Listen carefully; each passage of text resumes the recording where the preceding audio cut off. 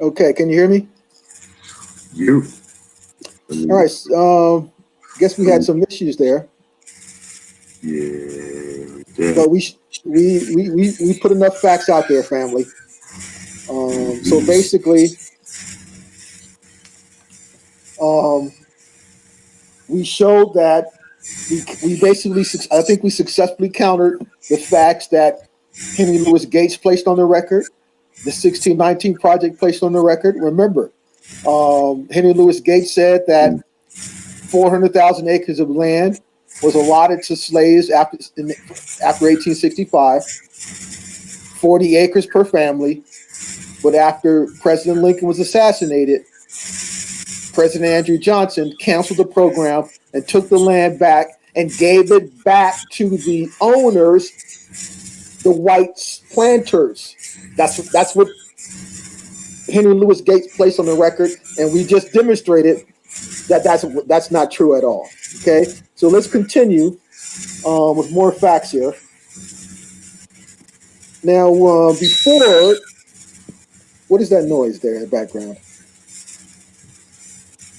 Some some feedback there. That was me. Go ahead. Okay, so now we're going to move on and play some more facts here, and I'm going to show a short clip of Sir Solomon Jones. You know what? Real quick, real quick. Let's. All right. Before we got cut off, we got cut off. I don't know. I got a strike or I got flagged. I don't know who flagged me, but you know how this shit go. And we was talking about what is. Hold up. Let's see. What was we talking about? We was talking about Land ownership. land ownership, but he played the video of Helen Head Island in South Carolina. And now I know the Gullah is also from Helen Head Island in South Carolina. And they also claim that they came from West Africa, as well as the people how they're trying to appoint these people as being West African. But these people don't even have the same culture as the Gullah. And they're on the same goddamn island. And the funny thing about this was when the guy was saying, he was saying, well, these guys bought this island after the Civil War, right? That's bullshit because you'll find historical stuff on these islands that was there before some motherfucking Civil War or these people even got there. We don't even know if the Civil War even happened. They're just saying that. See how they see with us, they can inject two things. Oh, well, you know, after the Civil War, yeah, black people, man, get the fuck out. After this fucking Civil War is when they started, when you got that second constitution, which is the Constitution of Commerce, and also they started putting these land trade because what it was more of trying to protection at that point. Because you'll get these large mobs of these Europeans that will run into our town, burn everything, come in, shoot, kill, rape, rob our communities. You see what I'm saying? And they was going around, well, you know, we can definitely protect y'all from these people if you pay if you put a deed on your land. And people was putting deeds on their land. Prior to that, they had no deed on nothing.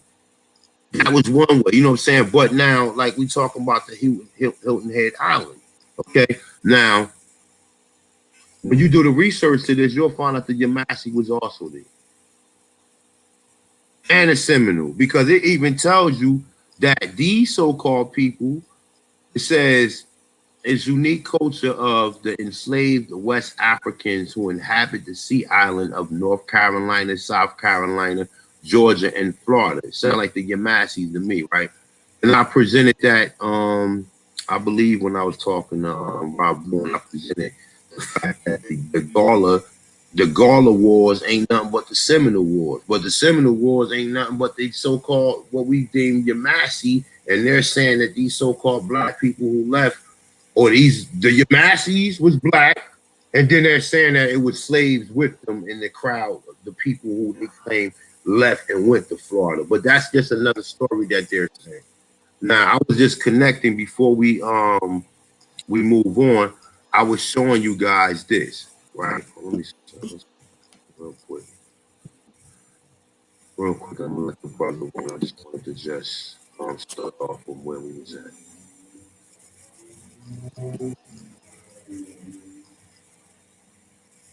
Hold up. Yeah, they are part of the Yamasi. The Gala ain't nothing but the fucking Yamasi. They just the Yamasi with Pan African history taught to them. That's what they are. The Yamasi with Pan African history. Now look, check this out. These are the Micmacs, right? Now look, says Nancy Mildred Drummond, local of Locustville. Now check this out. Let me see something real quick. This is another sister right here, right? These are all Micmacs in Halifax. They somehow migrated to Nova Scotia. But we already know in Halifax there was people who look just like this. Now look at the basket weaving she making. Now they ain't calling these people no motherfucking slaves. And I presented this before. Look, these are Negroes, the Micmac. Now look, just show that family lineage right there. Let me see. Look, these are some of the baskets that they was making. Right? Now look.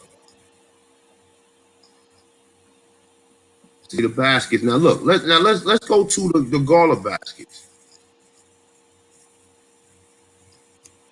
Look, let's go to one of them.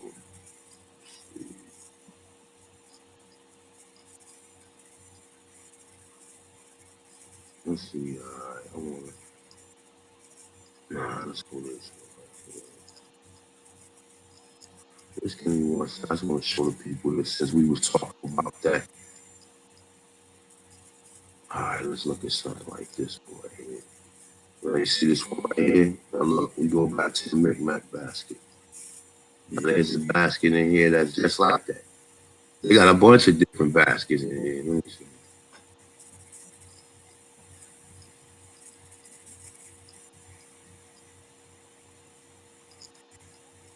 And as you see, the Micmac, they're black people. You know what I'm saying? They're Negroes. Especially these brothers and sisters right here that's in Nova Scotia.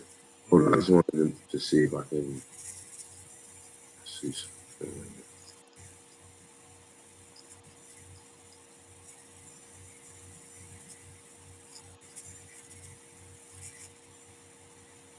All right, hold up. This is where they sell their baskets at in Nova Scotia. They go in the square and sell their baskets here. So now I just wanted to show you that they the same thing. The Micmac, they got the same thing as the Virginia or the Powhatan culture. They also found hieroglyphics in a cave or in a certain area where they was at that they say go back long time. Okay. Now we find these people in Virginia, they making the same goddamn baskets. Then you got so-called Gall and Geechee on Helen Island, right? You got Gall and Geechee on no, I'm sorry, not Helen Island, but Hilton Head Island. All right. You got the Gall and Geechee on there, as well as other African slaves who they claim bought the land after the Civil War. That's what we was talking about before we got cut off. I'm gonna pass the mic back over to the brother right there. Okay, so sorry about that, their family there. It was unfortunate that we got disconnected. But you know, we're like the wave. We can manage to flow and move around and adjust, make adjustments on the fly, which is important. So let's continue disputing facts. And now we're going to get to Solomon Sir Jones again. I'm just going to show a brief little clip here of what they say about the esteemed Mr. Jones here. Let me share the screen first. Let me see here. Wait a second. Let me share my screen. Share screen. Share screen. There they are.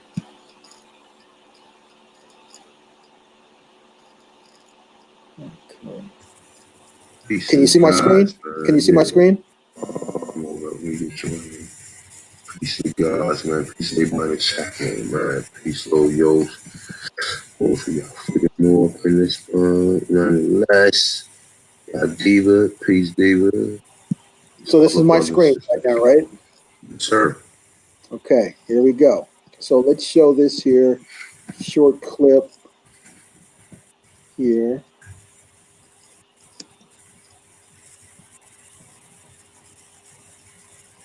And this is what they call it, where footage shows life in all black towns. We're just going to show something really fast here.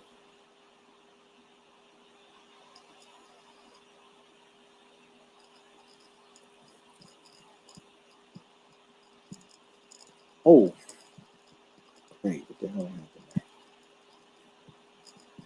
Sorry about that.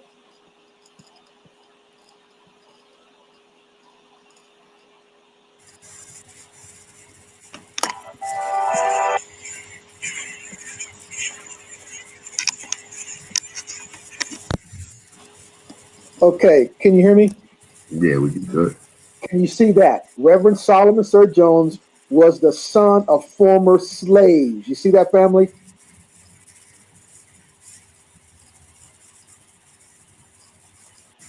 You Mm-hmm. can, okay, now, so they slapped that slave label on him. Just a warlock. Just slapped him and cursed him. You are a son of a slave. Okay? And this is their fact that they placed on the record. Now, let's take a deep dive here, family, and confirm whether or not that fact is true. Whether it's true or not. Okay.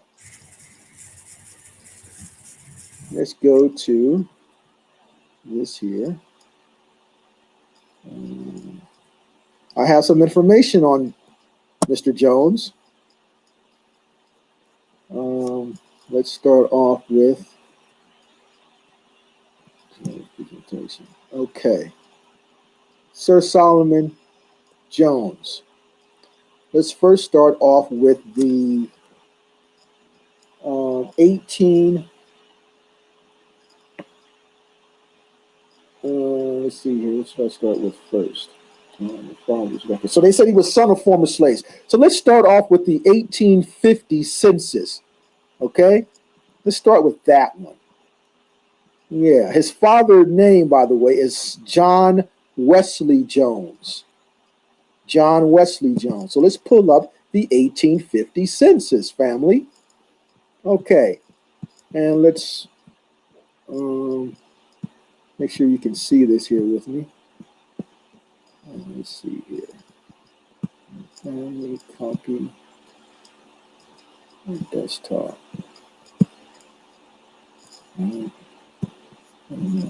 That's kind of hard to see. Let's pull up one here that we can see here. About this one.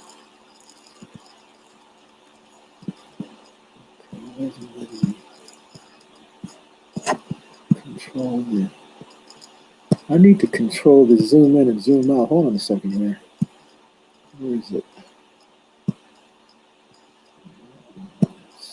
It was good. If you want to open your screen, son, I wanted to zoom in and control the well, go document. back to all right. Go back to it. Okay. Hold up. If you tap on, I want to make it bigger. hold up, hold. Don't click. Don't click. Don't do nothing yet. If you tap on the screen, it should have like a negative and a positive signal. I don't see it. Where? You don't see it. If you don't see it, then See, I got something here on the bottom here. Let's see. Let me hide this yeah, here. how's that? Okay, I see it. Okay, there it is. There. Okay. Now let's zoom in here. Okay. Zoom in. Let's go to the top of the document. Okay. Schedule 1, free inhabitants in the county of, what is that? Scott State, Mississippi. Okay, enumerated by me on the 7th day, August 1850. Free inhabitants. Okay, now, but they just said that he's a son of a slave. Now let's go down to this column here. The name of every person whose usual place of abode on the first day of June 1850 in this family. And this would be the family here. Let's go here. Look for the Jones family.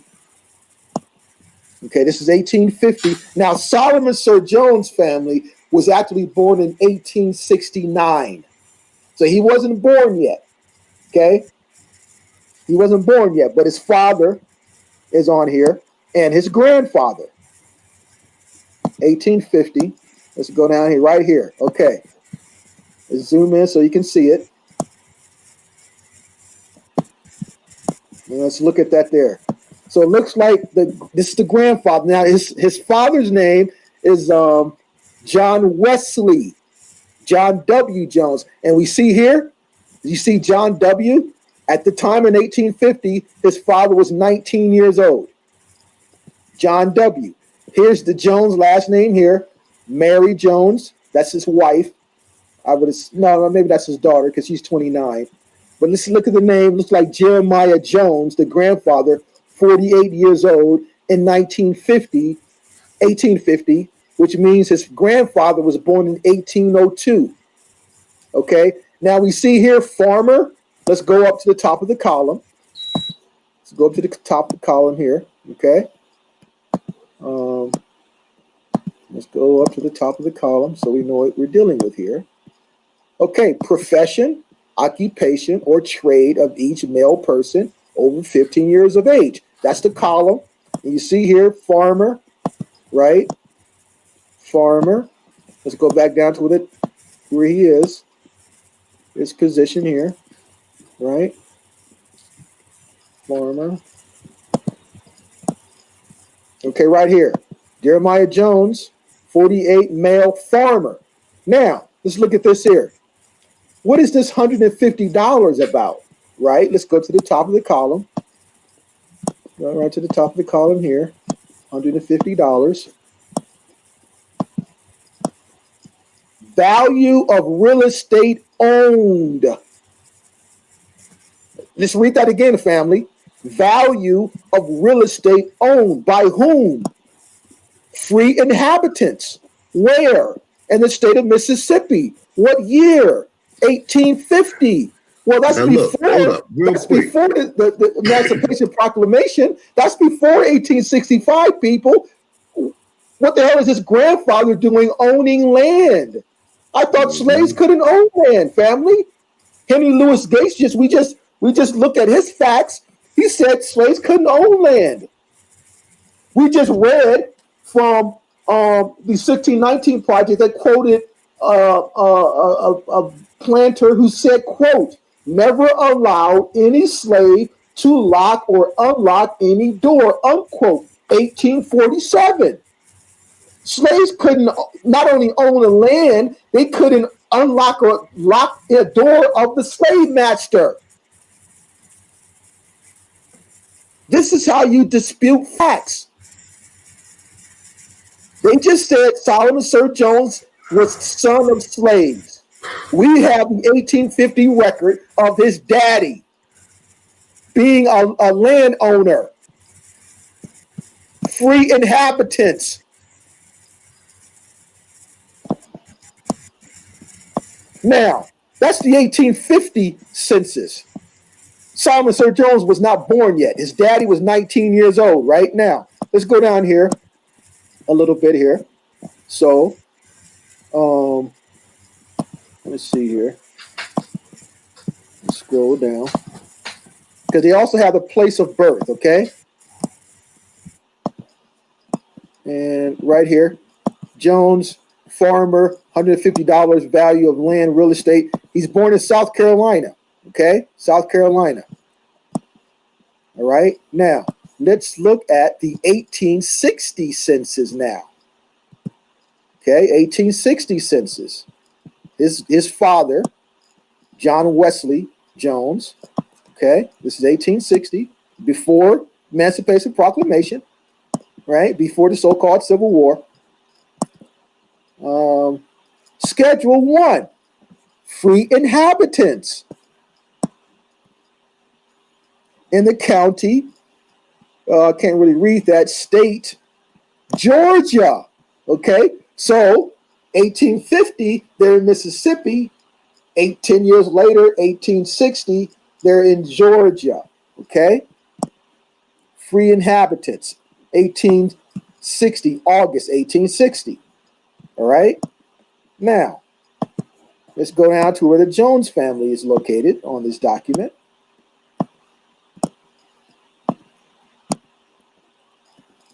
Right here. See that? John W. Jones. John W. for Wesley Jones. In 1860, Solomon Sir Jones' father is 31 years old. Okay? Occupation here, farmer. And oh my God, look at this here, family. What do we have here? $1,500? Well, what is that connected to? Well, let's look up at the top of the document. Value of what? Real estate. $1,500, family. Wow. Now, let's break that down even further. Let's do this. I already did it, by the way. Well, yeah, I already did it. I'll just tell you. The value of real estate during that time in 1860 in Georgia, 1 acre was approximately $5.89 for 1 acre. His father, real estate valued at $1,500. So let's do the math on that. We're talking about over 500 acres. Do we understand the size of that? Not 40 acres. According to Henry Louis Gates, were promised 40 acres in the mule. No. $1,500 of real estate when 1 acre is $5.89. Do the research. Value of real estate in Georgia in 1860. But we were told that Solomon Sir Jones was son of former slaves.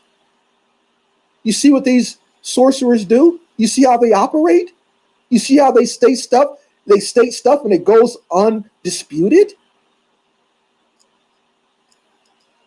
We're dealing with witches and warlocks, and the game is to separate you from your inheritance, which is right under your feet. Of course, they want to place you somewhere on some fictional continent somewhere else. But at least if that's true, why aren't they trying to get us our inheritance over there? So we're just dangling in the air with nothing up under our feet in perpetuity. Now let's continue. $1,500 real estate. Real estate, that's property. Now there was $350 right here, right? $325, excuse me. Now what is this connected to? The $325. Oh, value of personal estate, of his personal estate. So not only was his father a free inhabitant, he was a landowner. He didn't just own 2,500 square feet of land, family. It wasn't even 5,000 square feet. He had over 500 acres. This is 1860 in Georgia. Well, I thought Georgia, we were, getting whipped and working the fields and with no salary and suffering. And when we tried to do anything or run away, they had Klan after us and hanging us and burning us and torturing us. We didn't have anything. That's what they tell us. Those are the facts that they put on the record. And no one ever challenged those facts. But we're doing that today. All right? So this 1860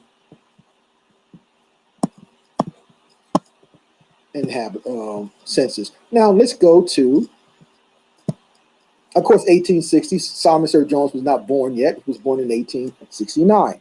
So let's get to the 1880 census when Solomon Jones is on this particular census. Okay, in 1880, he would be 69, 79, he'd be around 11 years old. Okay, 11 years old at the time, at this time. Let's zoom in on it so we can all see it. All right. Go to the top so we know exactly what this document is. We have to be very accurate when we're placing facts on the record. Okay. Inhabitants and district and the county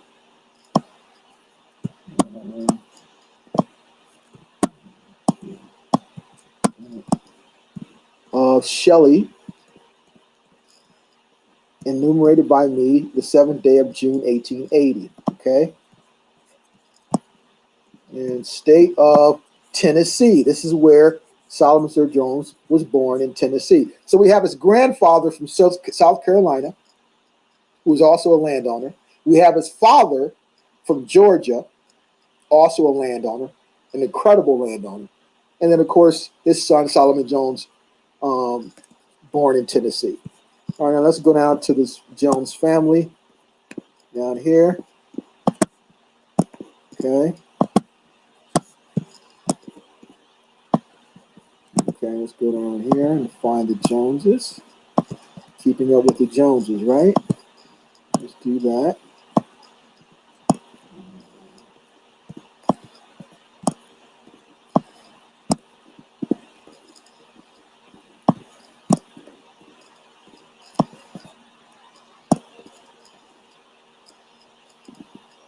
Okay. Right here. Okay, right here. Jones Wesley. Right here, okay? And they put the B's in here. That means black. I don't, honestly, I don't think that they were actually using that during that time. But anyway, male, 50 years old. So his father was 50 in 1880, which means he was born around 1830. Okay. This is the wife, 45. John, now let's find Solomon on here. Here he is, Solomon, 10 years old at the time. He's the son. Okay. Now let's go over to right here. John Wesley, 50. Now we already know that he had $1,500 of real estate in Georgia.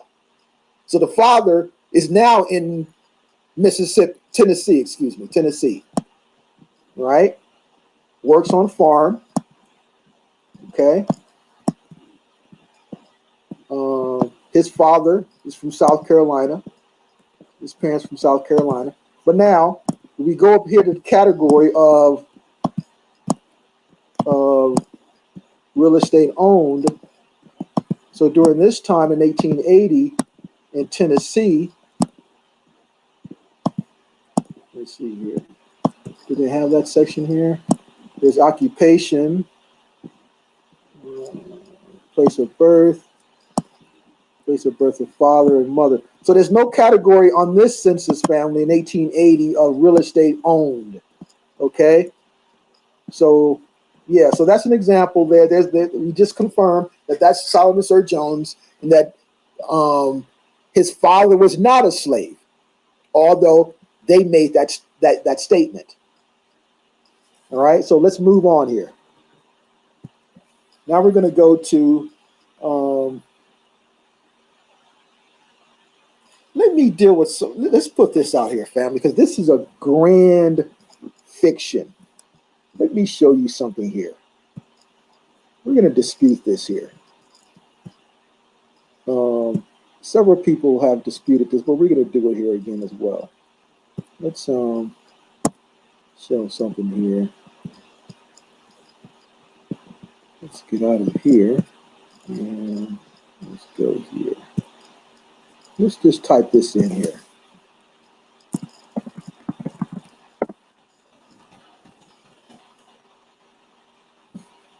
Type in Abraham Lincoln, right?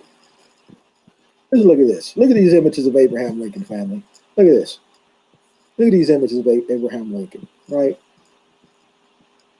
And he's famous. He's popular. He's taught in school. You know, he's so-called, we all learn in school that he freed the slaves, right? We all know that story. And they present him as if he's a pale-skinned individual, correct? Right?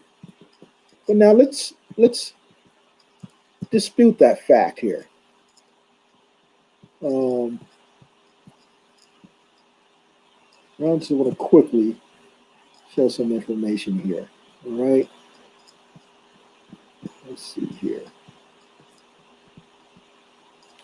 there's a work called "The Hidden Lincoln." Okay, and it was by um, Lincoln's partner. Here's the book here, "The Hidden Lincoln." Okay, um, and Mr. Lincoln was a lawyer before being president, and he had a law firm, and he had a that he opened up, and his partner who worked with him at the law firm, Herndon, Mr. W.H. Herndon.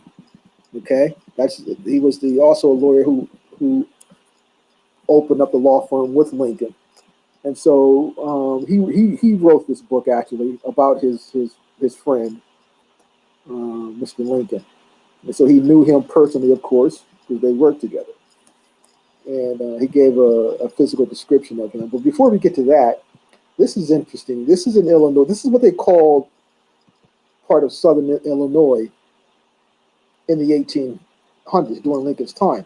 So let's read this here. If you said much, that much would suggest to him a story that he heard on the circuit or down in Egypt, the lower part of this state. So Egypt was a lower part of the state of Illinois during this time. So I thought that was interesting. Well, let's get to the physical description quote here of Lincoln. And let me rotate this here. Let's see here. Rotate. How do we rotate it?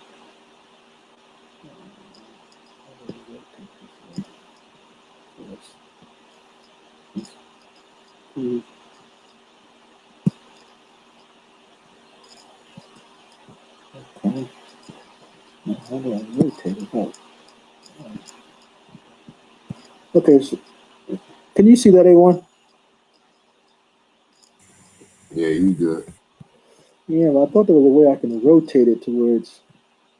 See, okay. Well, all right. We'll just deal with it. Um, Let me make it a little bigger. That should be a thing at the bottom right there where you can spin it around. Where is it? Right here? It This should one? be it should be on one of them. Yeah, I don't see it here though. Let's see. All right, okay. Okay, all right, screw it. We'll just deal with it. Um, Let me make it a little bigger. Right there. Okay. Okay. All right. So this here is a physical description of Lincoln by his buddy, Mr. Herndon. His organism, uh, let's just start it from the underline. His body was well shrunk, cadaverous, and shriveled, having very dark skin. He didn't just say having dark skin, he said very dark skin. So let's just take that description from Mr. Herndon. Okay, so someone who has very dark skin, would we consider that individual, let's say, someone who looked like Bill Clinton? A1, would you describe Bill Clinton as being very dark in skin hue? Would you describe him that way? That's a negative. Okay, would you take off the very and describe Bill Clinton as dark skin? I would just say not dark at all. Okay, so now let's take another individual. You're familiar with Derek Jeter, the former New York Yankees baseball player? Yes, indeed. Would you describe Derek Jeter as very dark skinned? Not at all. Exactly. Okay, so this now this is one fact. Now let's go to another one. I have another one. Um, let's go to this here. This is a wealth. This is the Southwestern newspaper family from 1860. 1860. Okay, let's make it bigger. And these newspapers are great way to tap back into the past. So I recommend everyone get these new old newspapers because it's a wealth of information in them, and we're going to deal with some of them here today. So here you see Shreveport, Wednesday, September 12th, 1860. That's the date of this newspaper, okay? Shreveport, Louisiana. Now, let's go to this section here.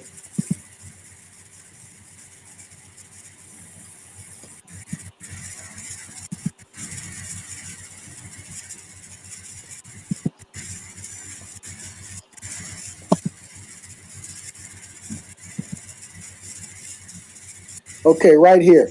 This section is called Keep It Before the People. Keep it before the people. Let's look at this section right here. Let me make it bigger so everyone can you read that? Can you see that there? Yeah, I see. Okay.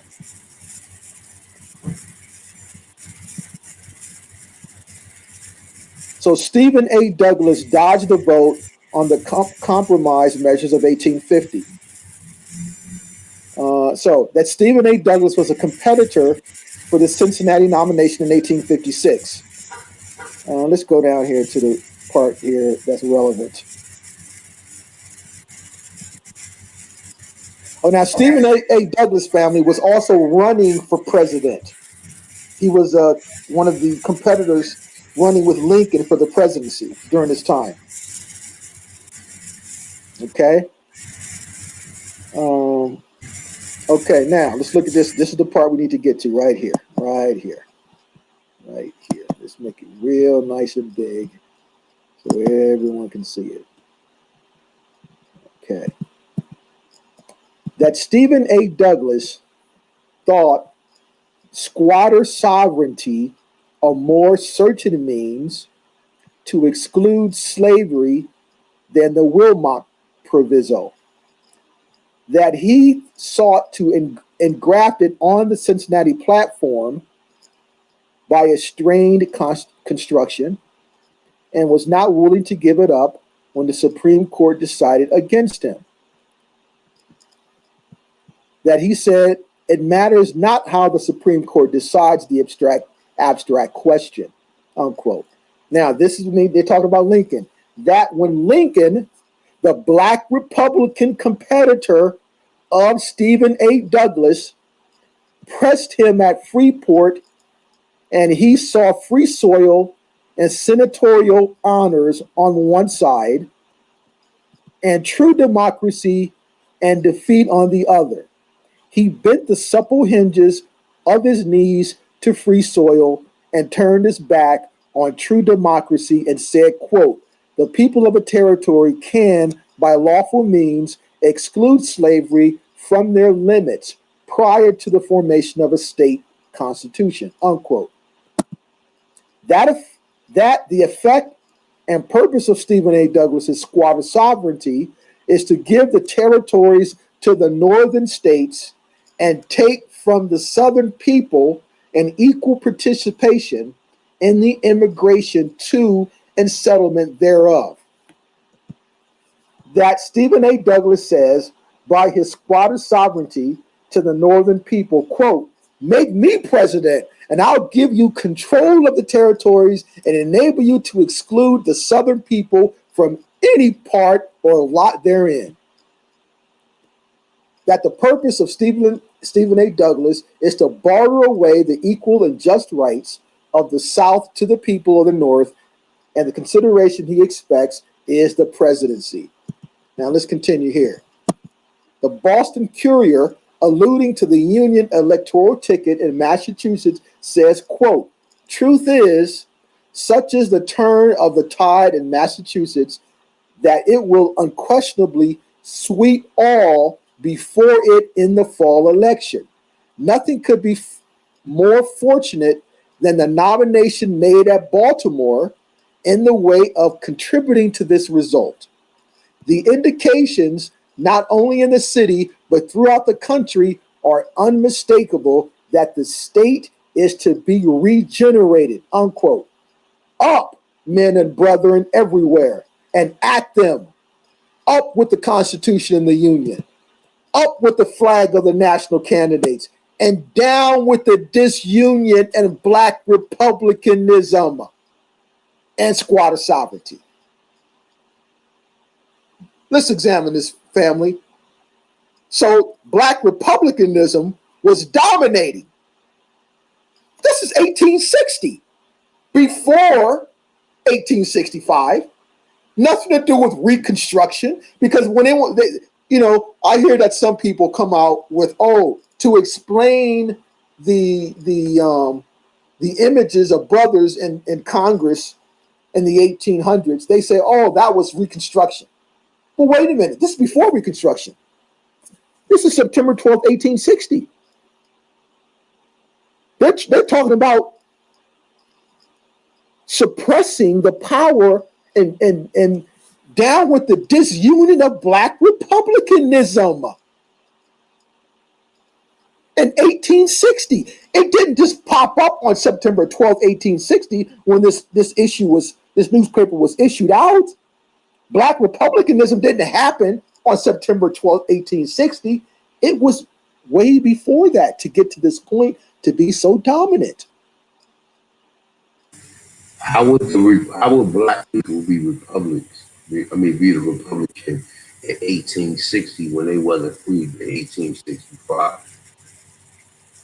Well, exactly, because so if they were slaves, according to the fact they put in the record to the world, why are people trying to suppress or disempower the power of black republicanism in 1860? And by the way, in the same newspaper article, Lincoln was part of that black republicanism. He was the competition. Well, let's go back to what they said about him. The competitor. When Lincoln, the black Republican competitor of Stephen A. Douglas.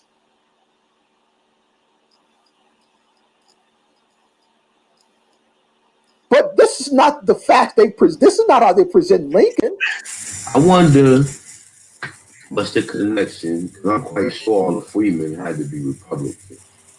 Okay, right. So now let's stay in this time period, family. We're in 1860. Now, let's stay in this time period. We're going to go to another newspaper, but this newspaper was created and put out by melanated people in the state of Louisiana. Let's go to their newspaper, okay? Called the Louisianian. All right, here it is here.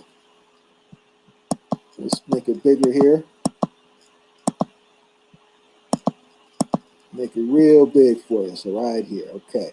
Now, this was issued, okay? We see the title, The Louisianian, okay? And look at this statement. Republican at all times and under all circumstances. Now, this is a newspaper issued and published and put out by melanated people in the state of Louisiana. Now, let's look at the time here. New Orleans, Sunday, December 18th, 1870. What was going on during this time, family? Well, A1 put it out there. Everyone's seen the image. Everyone saw it. Everyone saw His Excellency, the esteemed Mr. Dunn, right? So let's go back during this time and juxtapose this image with this newspaper article written by people during the time, right? So let's juxtapose this image right here. Let me show. Let's pull this image up as well. We're going to put them right side by side. This image along with this newspaper, so we can get clarity on what the hell was going on in the state of Louisiana during the 1800s. Now, let me move out of here real quick, and let's put this up here. Now we can put this into a little bit more context and understand this. You've seen this image many times. The Noble got A1 put it out, many others put it out as well. But now we're gonna wait a second here. No, not this one. Not this one here.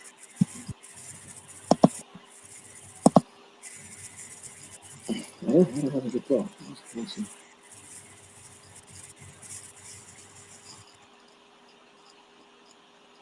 One second.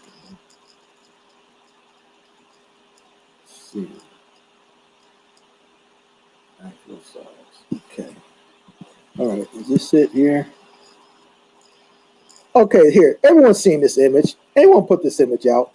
We all seen it, right? Let's make it bigger. Let's make it bigger. You seen this, right? You seen this one, right? Anyone see that? Extract. Hold on. You gotta read the bottom of it. The bottom little paragraph.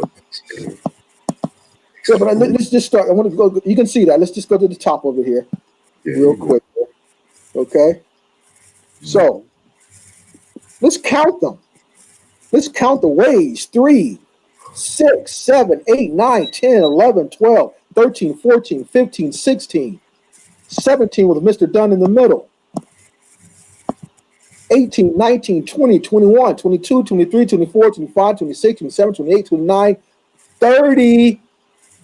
30 state senators, people, the entire state of Louisiana, and they're all melanated. Oh my God! But yeah. now, but now, remember, family, what's the cover story? How do they want to explain this away? Oh, Reconstruction. But wait a minute, they have to be voted in. So if the slave master, who they tell us is pale and was controlling, and so they freed the slaves, and then they're going to vote them in office, they're going to win the votes, those former slaves. So all the Albions who owned them and terrorized them and wouldn't let them own and didn't pay them a fucking salary, all of a sudden they're omnipotent, and oh my God, you know what? I'm going to free you. And you know what I want you to do? Although I never paid you a salary, you couldn't own land, you couldn't open a door, close a door. I'm going to vote you into the House of Representatives and the Senate. That's what I'm going to do. We're all going to fucking do it. Now, if that's true, why are we complaining about slavery? What are we complaining about? They were good to us.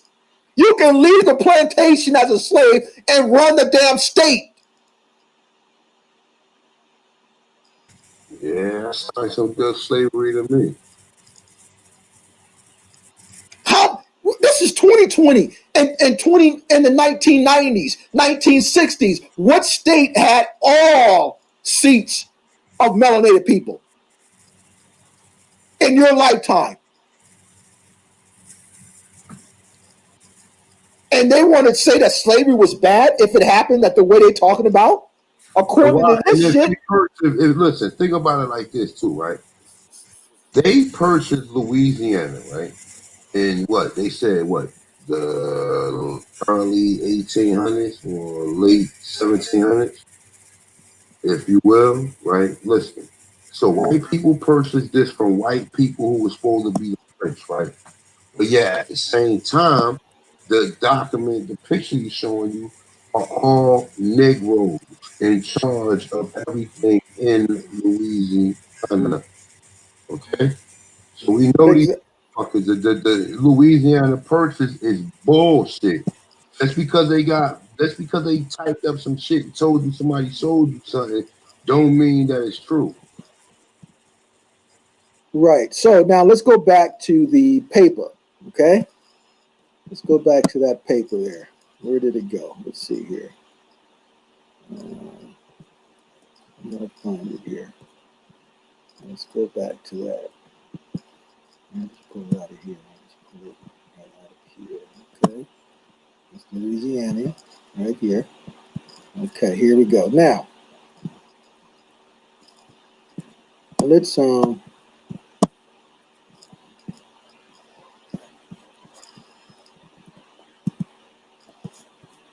to this here. Now, this first edition. Now, there's a section here that I want you to read because this is This is telling here, okay? A storyteller. They ran this little section here, told by an octoroon. Okay, now this is going to give us uh, a window view directly during this time, and this is 1870. So let's read this here. Okay, make it bigger. Okay, right here. Okay, let's go there. All right, let's read this story. It was in Ohio that New Year dawned upon me. I remember all the events of that day with the distinctness of the present, not because of their importance in themselves, but they were the key that unlocked for my endurance all the incidents that followed. And let's get down to here. Okay. I had been for 2 years a teacher in the Hilton Seminary for young ladies. No one save the lady principal knew the secret of my birth. I was not likely to betray the stain that clung to me, and circumstances had been such that it had not been revealed. Miss Hyde, the principal, was one of the rare women of the world who unite with the utmost tact and heart of unbounded liberality and kindness. 4 years before, when I was 18, my father had sent his daughter, and his slave to this school to be educated. Let me repeat that. When I was 18, my father had sent me his daughter and his slave to this school to be educated. To Miss Hyde, only had he confided the fact that my mother was allied to the Negro race, and no one would have suspected me, who am blonde haired and clear skinned, inheriting for my only beauty my mother's eyes. Now, let's go over that again, fam. You got to understand what we just put on the record. So, this individual was a slave, and who the person who owned her sent her to be educated in the school. And she wanted, she said here, only had he confided the fact to my mother that my mother was allied to the Negro race, and no one would have suspected me. Suspected her of what? So she's basically saying if everyone around in the school knew about her mother, then they wouldn't have suspected her. But of what, family? Let's continue. And then what did she say? The only beauty physically on her, according to her, is that she had her mother's eyes. She didn't have her mother hair color because her hair color is blonde hair. She wasn't obviously that richly melanated. She said she was clear skinned. So for her, beauty, that wasn't beauty to her. Blonde hair, clear skin. Let's continue.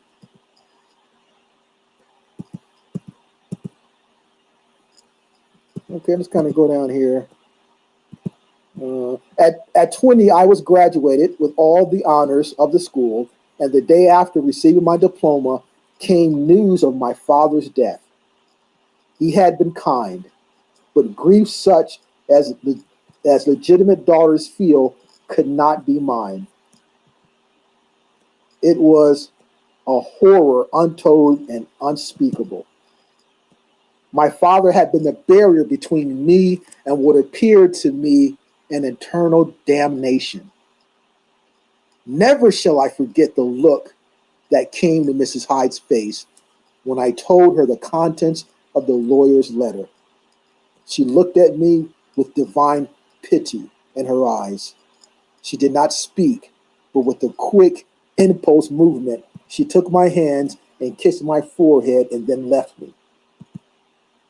Now, I'm going to make this bigger here, family, because this here gets interesting. And oh, by the way, the most important part, they burned out. They didn't want us to see it. They burned it out. But let's continue here. Let me go. It's a little bit like that there. A little bit like that. Let's continue here. Happily for me, the next mail brought information that my father had left papers of manumission for me, that I was no longer a slave. Manument means to set free. I was educated and I must now earn my own living.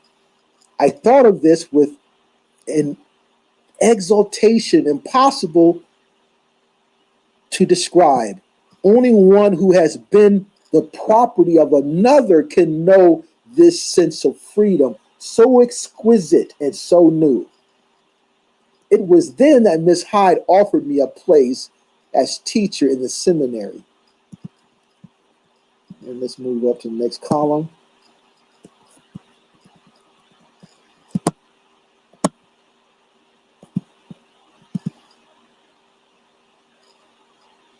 And so for 2 years, I lived there in the comfort, able sense of earning my own living, of being my own mistress. Okay, now let's go down a little bit part here. Down here.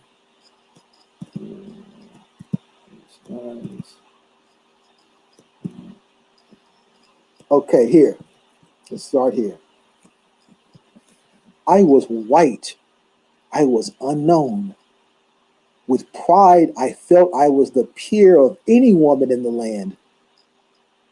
And I boldly answered the advertisement, stating my qualifications, and it was accepted. Thus, before my money was quite gone, I had started for Louisiana. So basically, family, there was a job advertisement. She applied for the position, and she got the job back in Louisiana. Okay, but from her perspective during this time, she was not the majority. She wasn't in the power position. She was pale. She was a former slave. And she says here, I was white, I was unknown, but I have pride that I can, make some good contributions on this job. So let's continue. Now she's describing her employment place. It was the house of a wealthy planter that I went. The household lived in the unvertating ease which so often accompanies wealth, particularly in the South. The master held his plantation only for amusement, and because it had always been home for his income, aside from his estate, was large. A luxurious June was half advanced when I rode up the long avenue of tulip trees, when my eyes revealed in the glorious foliage that waved above my childhood. I was received and treated kindly, but I was apparently a northerner. I was let's see, what does that say here? Manner of the work. Yeah, I was a member. So I was a member of the working class, and always I detected, I guess that's detected the abate of difference, which they who deem themselves aristocrats injure into their manner when thrown with one out of their spirit. Now let's look at that, family. Look at that. What she's saying here. So she's saying here, she's a member of the working class. Detested. She always detested the shade of difference, which they who deem themselves aristocrats. So the aristocrats are the people like her employer, who obviously doesn't physically look like her, injure into their manner when thrown with one out of their spear. So they have this certain air of arrogance and aristocracy. And someone like her, she's not part of that sphere. Okay? So let's continue. That I had expected, and it did not annoy me. So she wasn't bothered by that. I only rejoiced that my birth was a secret too profound for their penetration. All right, now let's get to this part right here.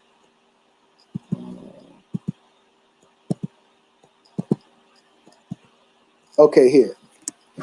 So I remained quietly, not expecting an introduction. Oh no, I got to go back before that because you got to know this here. Okay. One day there came a guest to Major Wyndham's.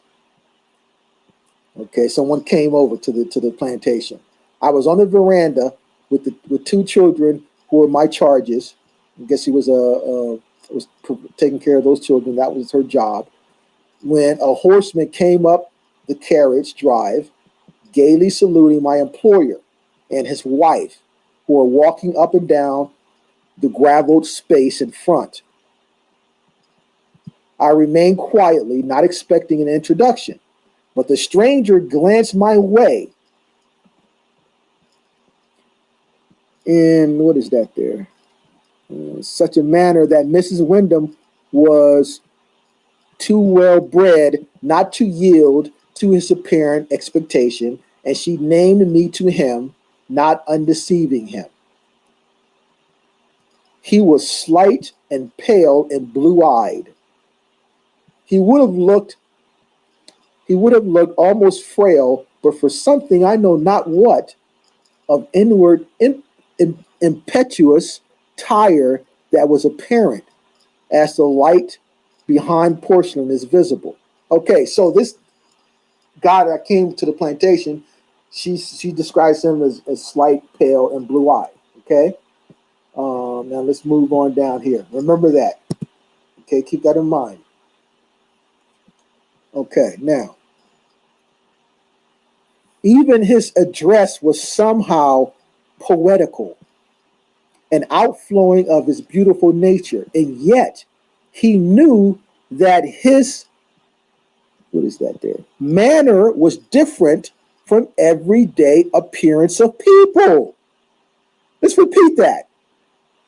He knew that his manner was different from the everyday appearance of people.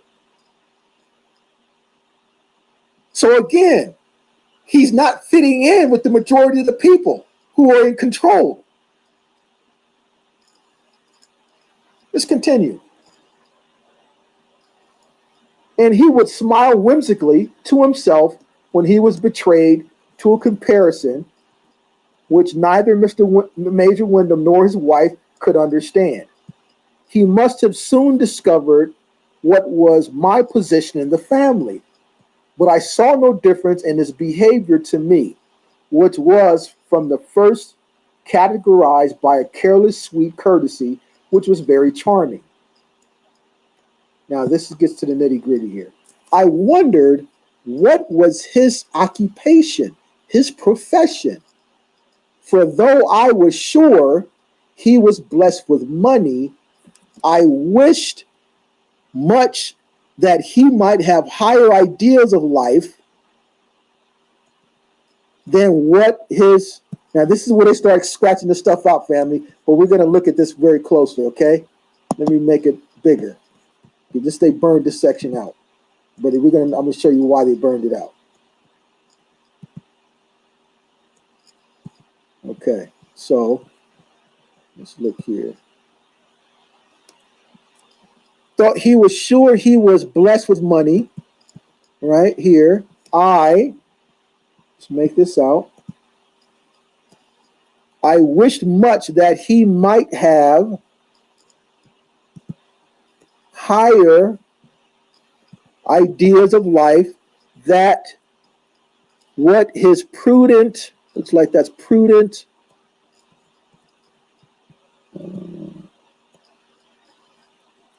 let me make that out here so we can get prudent gala, looks like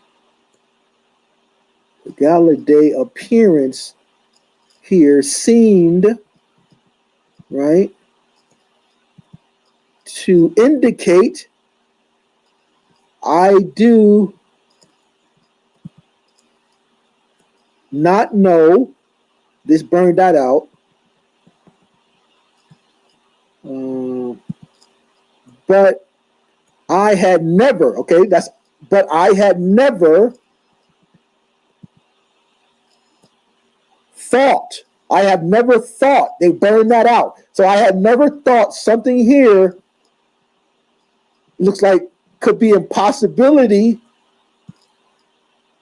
or thought it was the possibility of his being a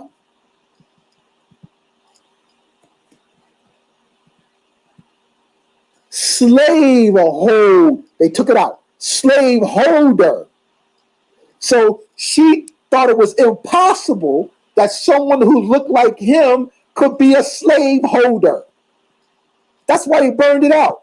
Now they burned all this out here. We can't make that out, right? But we could make out some of it, what she was saying. She didn't think it was possible that someone who looked like him could be a slave holder. What did he look like? She described him, pale, blue-eyed. And they burned all this out, family. Now, let's go to the second edition here. This is the first edition. Let's go to the next edition. They burned it out. Let's go to the Louisianian, issue 2. Here's issue 2. Okay. This is December 22nd. December 22nd.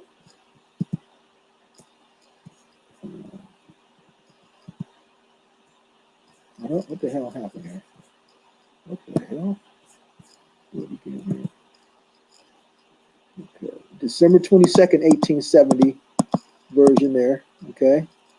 There's the date there, right there, December 22nd, 1870. Okay. Now they're going to continue with this story. Let's go down to where it's located. Told by an octoroon. Okay, here we go again. Now, let's look at this here. Story here. Okay. All right. Let's make it a little bigger. A little bigger. Okay, there we go. Okay. Let's get to the relevant part here.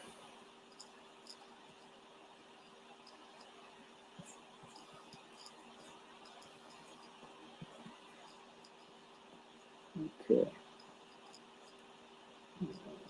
Now, the guy that she was saying that she never thought he could be a slave owner, the pale, blue-eyed guy, his name's Ralph Molyneux. Okay, that's his name.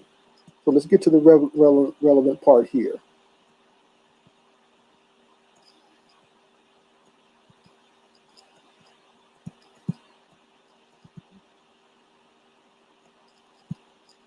Okay, here.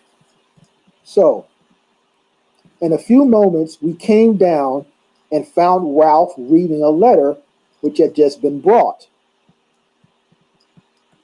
He was looking very grave and did not glance up as we came down. Major Wyndham was standing near, and while we waited in the background, the major said, quote, "From home, Ralph?" Unquote. "Yes. Wayne writes that my mother's favorite maid, Fanny, has run away, and one of the women in the field is missing." Unquote. "Well, if they were mine and were caught, as they would be, they would have run away a second time," unquote, said the major. "Fanny might escape easy enough for a white person. She's no blacker than you or I." Now, this is Ralph talking, the blonde, the blue-eyed pale guy, to the girl telling the story, the octoroon girl telling the story. So he's poking at, oh, she's no blacker than you or I. "Mother bought her while I was away at the sale of Dr. Malcolm's Negroes in Georgia County," unquote, said Ralph, folding up his letter. Now let's remember that. Mother bought her while Ralph was away at the sale of Dr. Malcolm's Negroes in Georgia. Remember that, family. He could not see me, but I felt there. This is the octoroon talking about her feelings after hearing him read that letter. Okay? This is going to get deep here. Let's continue here. Again, this is 1870, state Louisiana. At the time when all those brothers were running the state. in the Senate. They were the politicians. Okay. Okay. Um, Dr. Malcolm of County, Georgia, was my father. But even aside from that, I was half stunned by the feeling that possessed me on hearing him speak thus. I've heard the doctor had a few rather white Negroes, unquote, said, remarked Wyndham with a cynical smile. Let me repeat that, family. Quote, I've heard the doctor had a few rather white Negroes, unquote. Now remember, the doctor's Dr. Malcolm. As Ralph said that his mother bought the slaves from Dr. Malcolm's auction.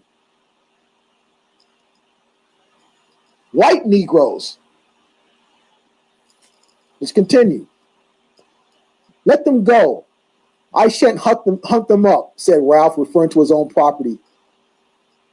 Well, there's where you're wrong, responded Wyndham. And Ralph turned without reply to see if he had come down while the major walked away. He looked as if he were about to utter the same gay sentence, but my face, which I could not master immediately, deterred him. He came closer to me and said in a low, soft tone, quote, you are offended, and I have a sense of guilt, as if it was I who am the culprit. What is it? What is it? I had recovered myself sufficiently to reply calmly. You will say it is only a political difference. So why need we discuss it? I think I was surprised to learn you held slaves. See? See, this is the girl, the octa room, talking to Ralph, the blonde-haired guy. She was surprised to learn that he owned slaves because people like him don't own slaves. Let's continue. But you know, I was a Southerner and had money, he said, still in that soft accent that had a suggestion of sadness in it. Yes, but some way it seemed impossible to think of you as a slaveholder, I said with an earnestness, looking at his exquisite face and not being able to realize the truth. And is that a great compliment from you? He asked. The very greatest, I replied. And still I have forfeited it, still looking at me with deep eyes, more powerful than any I had ever seen, which doesn't make the least difference in the world, I responded, with an accent of coldness for which I was grateful. The children are ready, as you see. Take them before it gets towards sunset. You are also ready. I looked at him with a full distant glance, while I was glad that I could reply with truth. Miss Wyndham met me a few moments ago and requested me to remain at home and assist her in reading Consuelo. He turned away without a word and led the children toward the stables, where the pony was being put into their special carriage. Well, let's get down to this here. I looked after them a moment. In all probability, that man owned my sister. For though I had not seen her since a child, I had known in a vague way that I had a sister, Fanny, who for some reason was always kept upon a distant estate of my father's.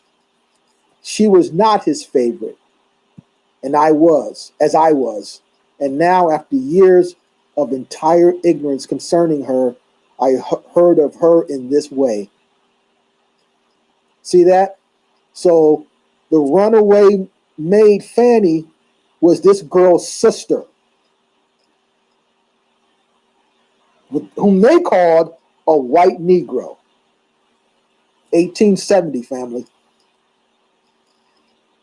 Someone like Ralph, who's blue-eyed and pale, it's shocking for him to own slaves. So these old newspapers are a wealth of information. Okay, and so we put that out there to counter their facts, right? And we're going to move forward to this here. Any questions or anything while we're building here? Anything about that, those newspapers or anything I just read there to to the family? I know it's shocking.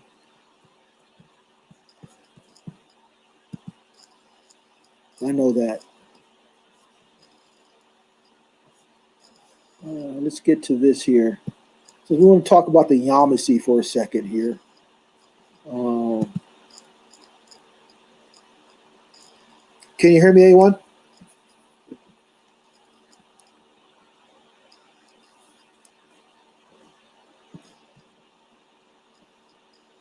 Can anyone hear me?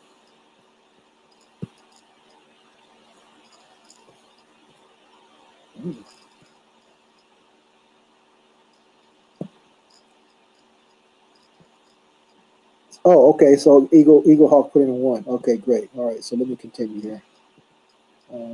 Let's see here. Here we go. Let's go to what this have here. Okay. Woodward's work. Thomas Woodward. I want to quickly get into the Yamasee just here for a second here. Okay. Um, Thomas W. Woodward. Okay, from his work here. So let's just briefly read the description of this here. Woodward's Reminiscences is a treasure of collected writings about some of the first events in America, the early history of Alabama. These are the personal recollections of General Thomas W. Woodward, adventurer and soldier, who lived the times, much of it actually with the Indians. He knew personally the great great grandsons of Indians who had seen De Soto on his march through Alabama in 1540. The general's writings are colorful and colloquial. No attempt has been made to improve his grammar or spelling.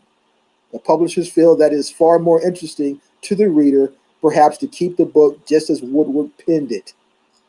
And so it is.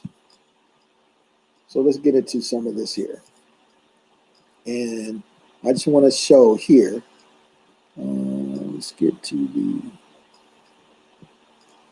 cover here.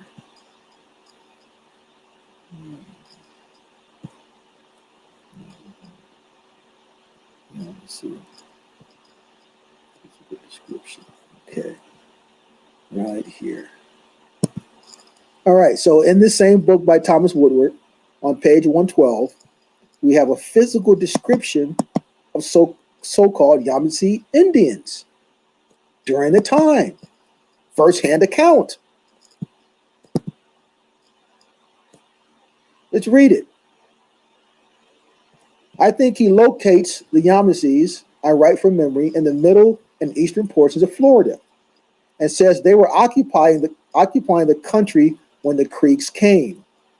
He describes the Yamasees as having dark skins, coarse hair, thick lips, and flat feet. Dark skins, coarse hair, thick lips, flat feet. Who? Yamasees. So-called slaves from some continent, an entire continent on the West Coast? No. Slaves were the Yamasees who raped slaves into their bloodline? No. Now we continue here. And so Yamasees having dark skins, coarse hair, thick lips, and flat feet, and as having inferior implements of war to the Creeks. A war of extermination was waged by the Creeks against the Yamasees, and finally at Tallahassee, the last of the warriors were killed. But about 1,000 of the young Creek warriors took sweethearts among the Yamasee girls and saved them from death. So according to this account, the Yamasees, in this particular battle with the Creeks killed them and took the women. Let's continue.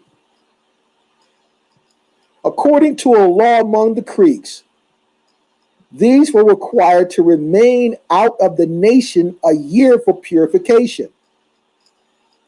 Before the end of the year, the young warriors concluded to make wives of the Yamasee girls and set up as a nation for themselves, which they did.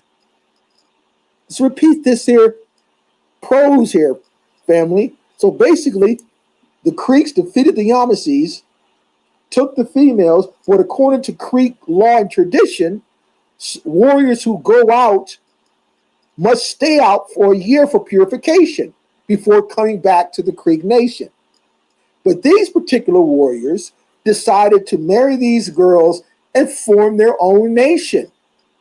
The Creeks called these warriors Seminoles, meaning wild, wild men, crazy madmen.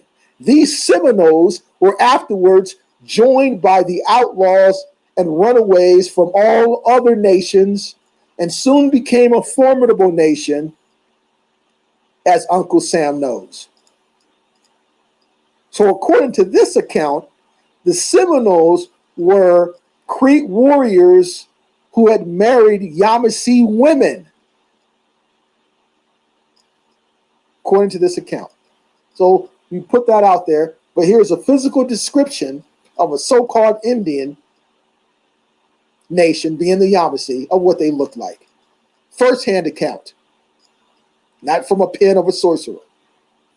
All right, so let's move on here.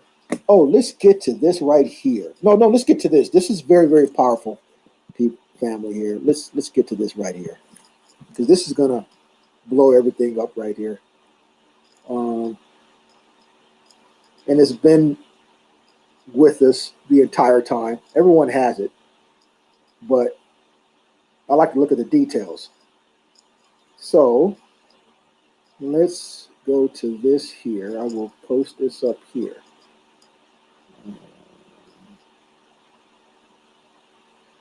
Let's see here. This is mind blowing here. And we're going to just, and I impress upon everyone here to do a deep dive on these facts. Okay? We're just going to cover the surface level of these facts, and I will provide you the source of these facts. And I impress upon you all to get this source, because you need this source as material evidence of birthright theft and other tort injuries. Okay, so let me pull this up here. Let's get to back to my email. Okay, right here. Okay, let's pull this up right here.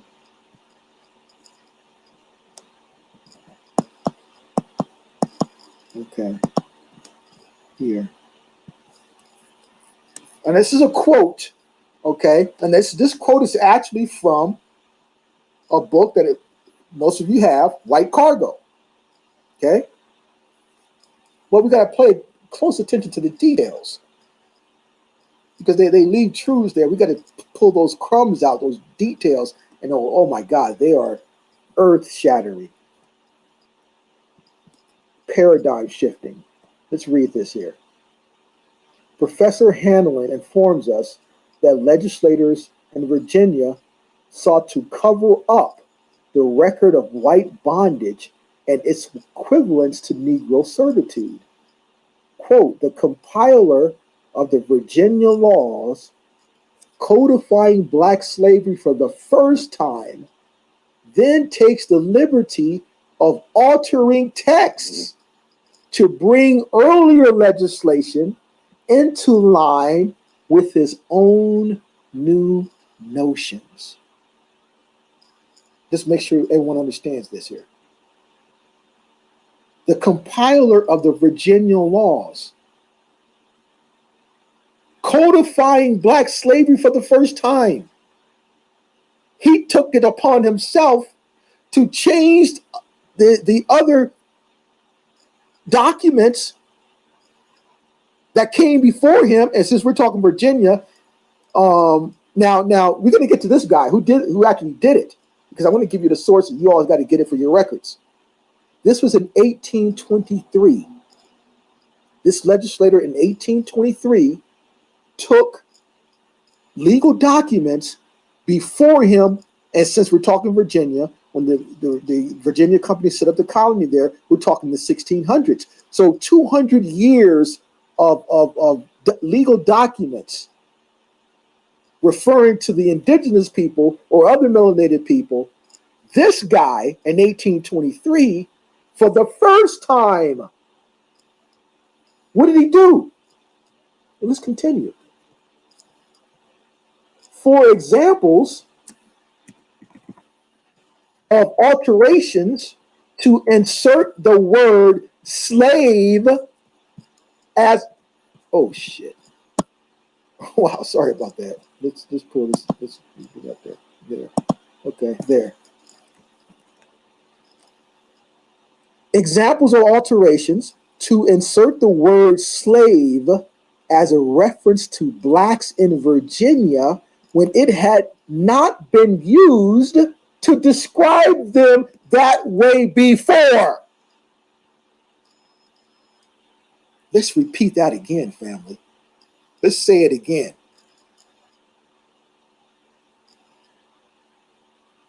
Insert the word slave as a reference to blacks in Virginia when it had not been used to describe them that way before.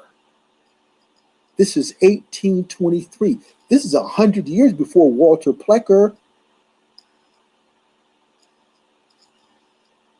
So all of you with family and roots in Virginia, you record this material evidence right now. And we're going to, now it says C. Henning, volume 2,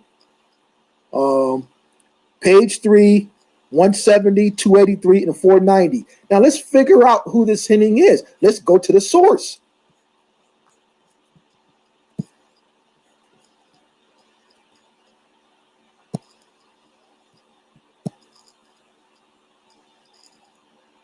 Here's the source. Accept all cookies, accept that there. Okay, here we go. The statutes at large being a collection of all the laws of Virginia from the first session of the legislature in the year 1619. Here's his name, William Waller Henning. Okay, now let's read this here. Published pursuant to an act of the General Assembly of Virginia, passed on the 5th day of February, 1808. Fashion, okay? Here's the volume. They got volume 1 through 4, and I just said that the volume that goes into how he took the word slave and applied it to the melanated people was from volume 2. So here's the source. Get it for your records. Screenshot it, save it, get it for your records, because you need this when you're going to sue for your remedy to be made whole again. And Virginia, oh my God, they left so much evidence for us to use. So this is way before Plecker. Plecker borrowed his shit from these guys, and from this guy individual in particular, William Waller Henning.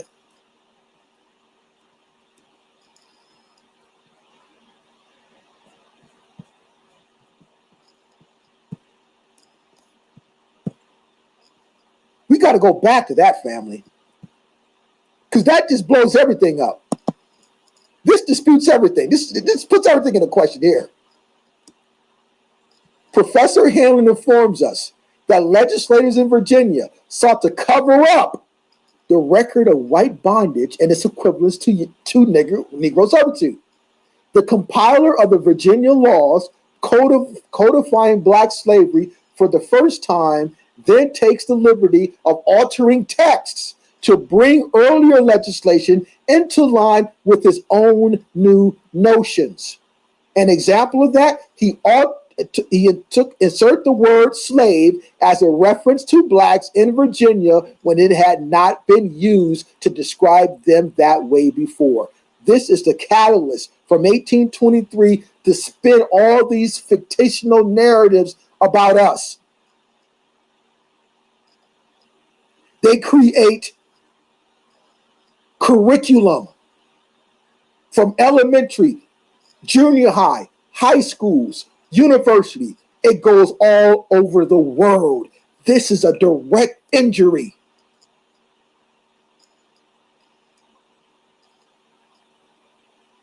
I hope this is just the first time you heard this. Everyone knew it. Everyone had to work. No one said a word. Where you getting that? What is that? Article? This is from white bondage. The guys from New Zealand and Australia. They left this shit here. But remember, when you read this, you got to go to the back of their book to get out their bibliography of the quotes. And and that's what I did. And that's how I got the name of the guy here. Right here. Right here. William Waller Henning. He's the one who did that. And then we get this here, volume 1 and 2. So we got to get the volume, the source, primary source, and it tells you how he did everything. Going back to when? 1619, people. He changed the documents. He altered the texts. Because the slave, we already know by the etymology, it's impossible to apply to us. We've been saying that till the cows come home, but it falls on deaf ears. But now we got primary source evidence to show that they took the word slave, applied it to melanated people when it had not been applied to them before by these legislators in the 1800s, going back to change the text 200 years before to fit their evil plans. And they had a great run. They were successful, but we're going to end it. I mean, I said to you guys many times that I plan on suing these people. I will leave the precedent, the model, the template for all others to follow. We can end it right there.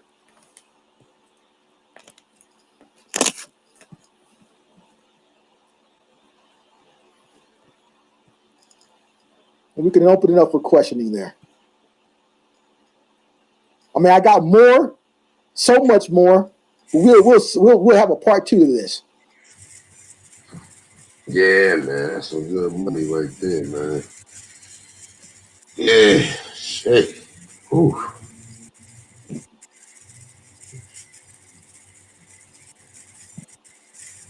So let me get out of the screen share, then we could open it up, the panel there, for a little bit. Let's see. Escape. Exit full screen. Right. Stop screen share. Okay, there we go. All right.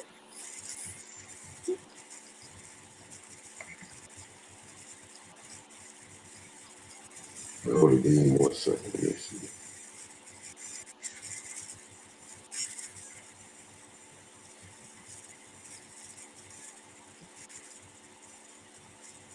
See, so it's been simple, family. Remember, they strung this grand fictional narrative, right? But the most important pieces of evidence that they need, they never had it to begin with. That's why I always harp on a ship's manifest. Yeah, anybody got any? And see, that's why they always got to say the continent. Oh, African slaves. Oh, Africa this. Whenever they say a continent, you know they're full of crap, because there has to be the port of embarkation, which is the port city or nation or county or area. There's a name of a specific nation's port that they must have. They can't just say a continent, because if you say African slaves, what are you talking about? People from Egypt? Or maybe people from Zululand? Or are you talking about people, the what do you call it? The Masali tribe from Kenya? Or maybe you're talking about some of the Ethiopians over there in Addis Ababa. See, so when they give you a continent, you know they're full of crap, because then You can pick out any nation of a continent to be an African slave. But then they get into Western side and all this. But in our part two, we're going to dispute those facts with extraordinary facts as well to kill all that stuff too. But we gave enough. But this was the mic drop with the William Henning stuff coming out of Virginia, because that's 1619 legislation that he altered. So this blows up Henry Louis Gates crap. This blows up the 1619 Project crap. It blows everything up. Walter Plecker's nothing.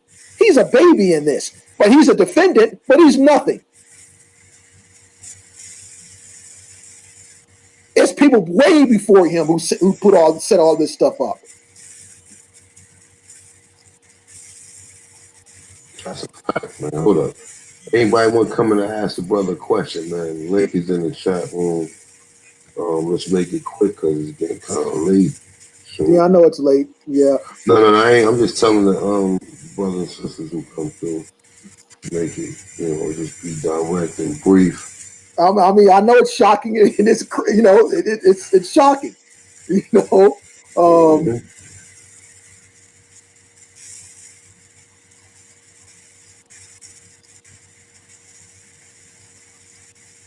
Yeah, man, these guys be lying about everything, bro.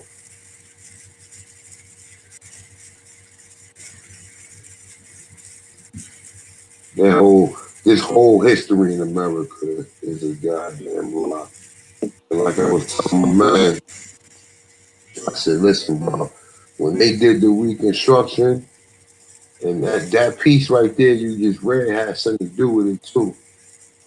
As far as they applied the term to us, I don't think they apply to nobody, because they always, everything I've ever seen have always said free inhabitant. They ain't say nothing about no. I mean, I've seen free person of color on there, but I've also seen free inhabitant a lot. So I think a lot of times, man, people be overlooking them things. Oh, so how did an African that came here from Africa become a free inhabitant? Not only that, when we're going to talk about Solomon Sir Jones's grandfather and father, for example, John Wesley Jones had $1,500 in real estate value, which is the equivalent of over 500 acres. He was not just a free inhabitant; he was a landowner. No, let's call him a real estate mogul. You know how large 500 acres is? Think about that. 500 acres. Hey, if anybody got any questions, come on through and ask. And that's in 1860. When you're supposed to be child slaved and no freedoms, you couldn't own shit, you couldn't do anything. That's the narrative that we were all taught, right?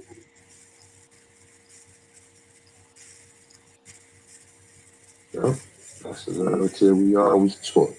And that was just a tip of the iceberg.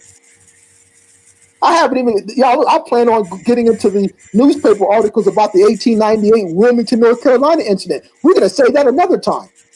That's going to blow your mind. Matter of fact, let me show you something here. I'm just going to give you a sneak preview. Hold on a second here. Let me give you a sneak preview of this here. Let me share screen again here. Let me give you a sneak preview of this.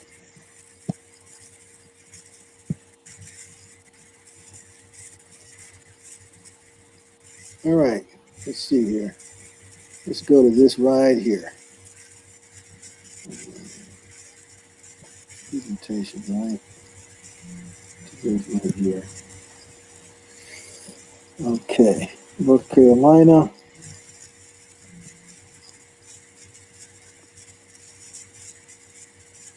Issue 6, right?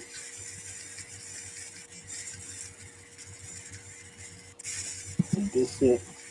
No, that's not it. Let's see here. Where is it? North Carolina. North Carolina.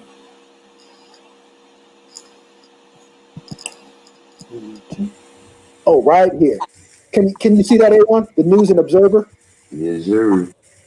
Now, look at this here, family. Look at this. Raleigh, North Carolina, Thursday morning, August 18th, 1898. Okay. Now you see the image, the drawing there, right?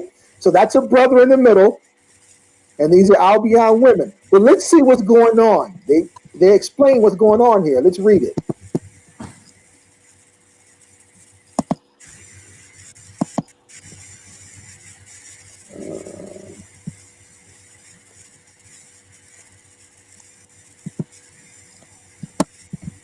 Okay, here we go here.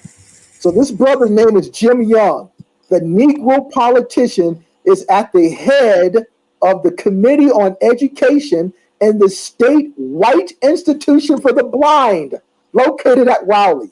It is the duty of that committee to endorse or prescribe all rules or regulations for the government of pupils, white blind children, to settle all questions of discipline or misunderstanding between the teacher and pupil or teacher and principal, white teachers, white blind children, white principal, to prepare and conduct in conjunction with the principal examination of teachers, white teachers to teach white blind children. It is required by Section 5 that the principal white man shall report to educational committee, that is the Negro Jim Young, annually before the election of teachers.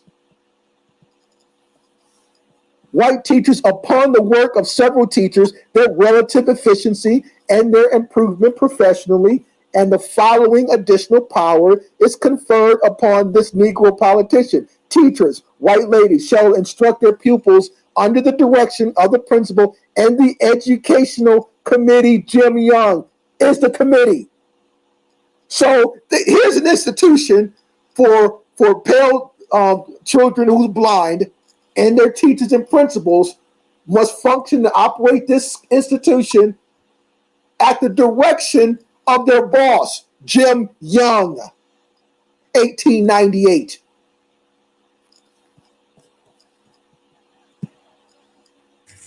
Okay, Yeah, that's heavy one right 1898. there. Yeah, that's heavy. They can't deny that one right there. They But ain't wait calling a them minute. slaves. Yeah, I thought we were suffering under Jim Crow, and we didn't have anything. What do you mean? There's a brother controlling the institution of white people? You Oh know, my anytime they God! show a brother back around that time, they always make sure that you remember he was a slave. See, before they say his name, they go like Oh the my God! slave. Oh yeah, exactly. Now remember, this is okay. That's why people, please, I'm begging you, bring back the slave system, please, please bring it back.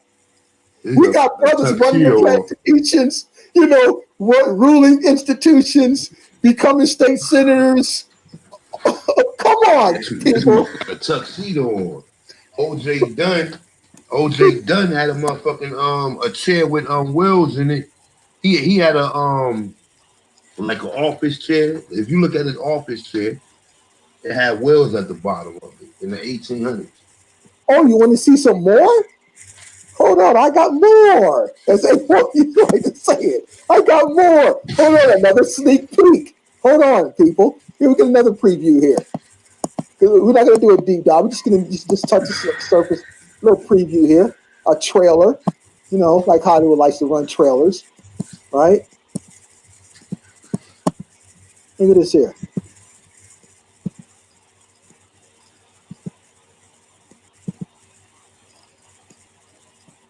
Um, no, this is the other one. Hold on. It's this one. This one. Okay. Right here.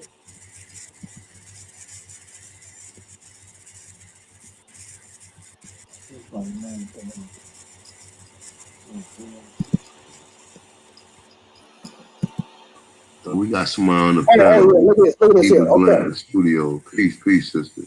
Okay, here, look at this. White government union. Listen to this, family. The Democrats of Northampton will organize in every township August 27th. Jackson, North Carolina, August 17th. Special.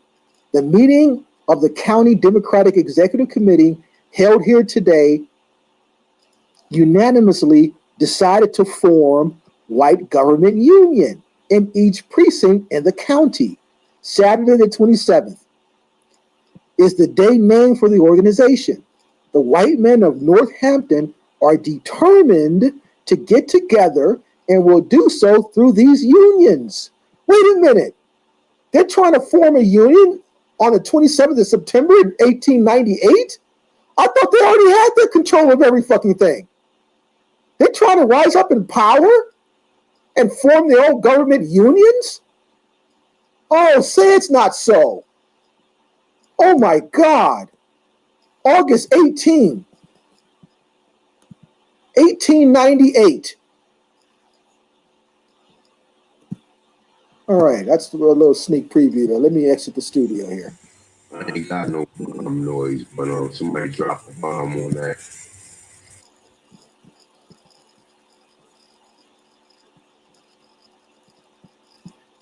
Stop screen. Okay, there we go.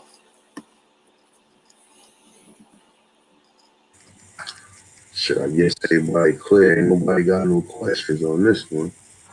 We do got a sister in the It's paradigm shifting there. Everyone's in shock.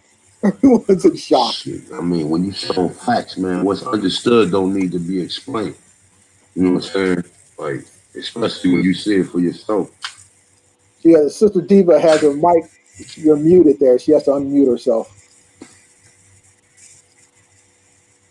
Okay, my question is, so basically, the only way they were able to get into power was to get rid of all our representatives in the government. Mm-hmm. That's the only way. And everything else they That's a made up fact. as they went along. Yup, that's a fact. Everything, and even all the way up until we were showing images the last time we did a bill, and we had black cities. Shit, go ahead. You want to elaborate on that, Amani? Go ahead. I'm going to elaborate on that. On what? On what the sister said. Go ahead and talk up a little bit too, sis, because that was a good question. What you said. Talk up. Okay. Well, I think they had a lot of help, of course, by people who look like us, right? And in the Right. case of North Carolina, and when we do build on it next time and go into a deep dive on that, remember, so they say that they came in, the newspaper publisher, they burned his printing press and gave him 24 hours to leave town, and they took over the Senate and the legislature, kicked all the brothers out, took them out of their position, and they took over. And these are all Democrats now. And so this is what they said. But now, this is my question, though. Why did they wait until November 10th, 1898 to do all of this? What about the other hundreds of years of being under our control? Why did just all of a sudden popped up on November 10th in 1898 in North Carolina to get their freedom? That's because they had to have help by people who look like us. Think about that. November 10th, 1898 was the insurrection and overthrow of the North Carolinian government, of the Republicans, who were all melanated. It was their state. They were in control. They controlled everything. They had the landowners. They had all the businesses. They had everything. And then there was the overthrow, November 10th, 1898. It just doesn't happen like that. Why all of a sudden they're going to do it at that point? Why didn't they do it before? Because they didn't have the power to do it before. Something they had to have, they were helped. And usually it's an inside job. So basically, they changed all the records. They altered the records. And then when they started coming over on ship by the millions in the late 1800s, early 1900s, they were actually given names and identities. That's why when we build next time, we're going to get into the census records. Because most of the census records they said they were burned or destroyed, right? And then they tell you the 1870 census records were all destroyed. and they had to, recreate. So what that tells me is that they had the identities, and they were giving these people off those ships those identities. And the issue of reparations, you know what?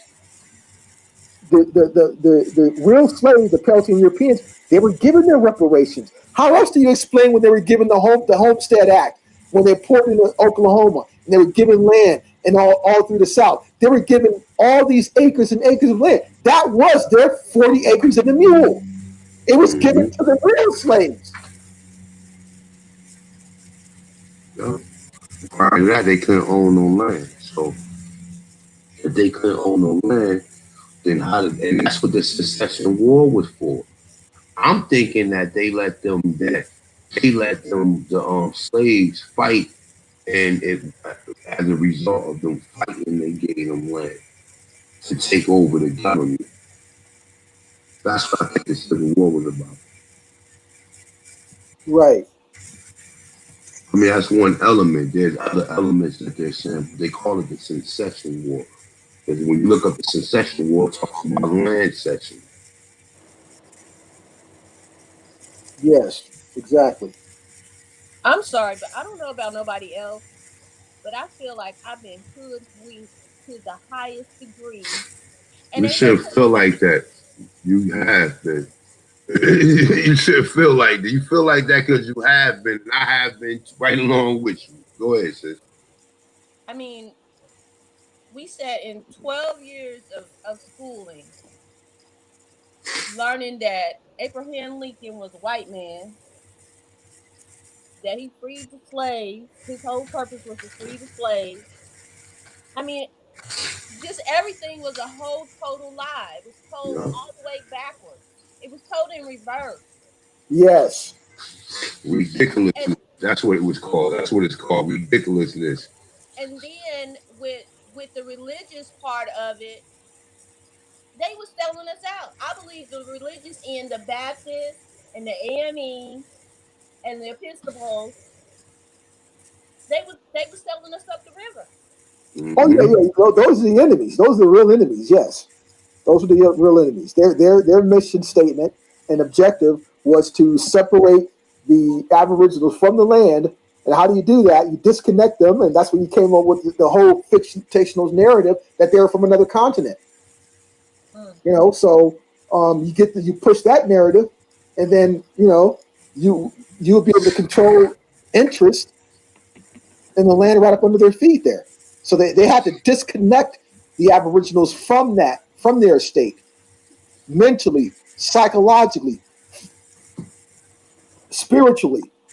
That's what they did. And so then they sent out their agents to promote the narrative and to teach it all in the schools and in their institutions. And all their information went undisputed. But we can now get remedy. We present these facts. That's why you got to find out what your ancestors owned. What land did they own? Your grandmothers, your great grandparents. They had land. And if it wasn't sold off, you can at law, remember, an inheritance cannot be bought, sold, or purchased or Mm-hmm. transferred. That's the law. The heirs can always come back to claim it once they realize that there are heirs of that particular estate. Shit, that's the whole land. That's the whole land that's under their feet. Then, shit, Yes.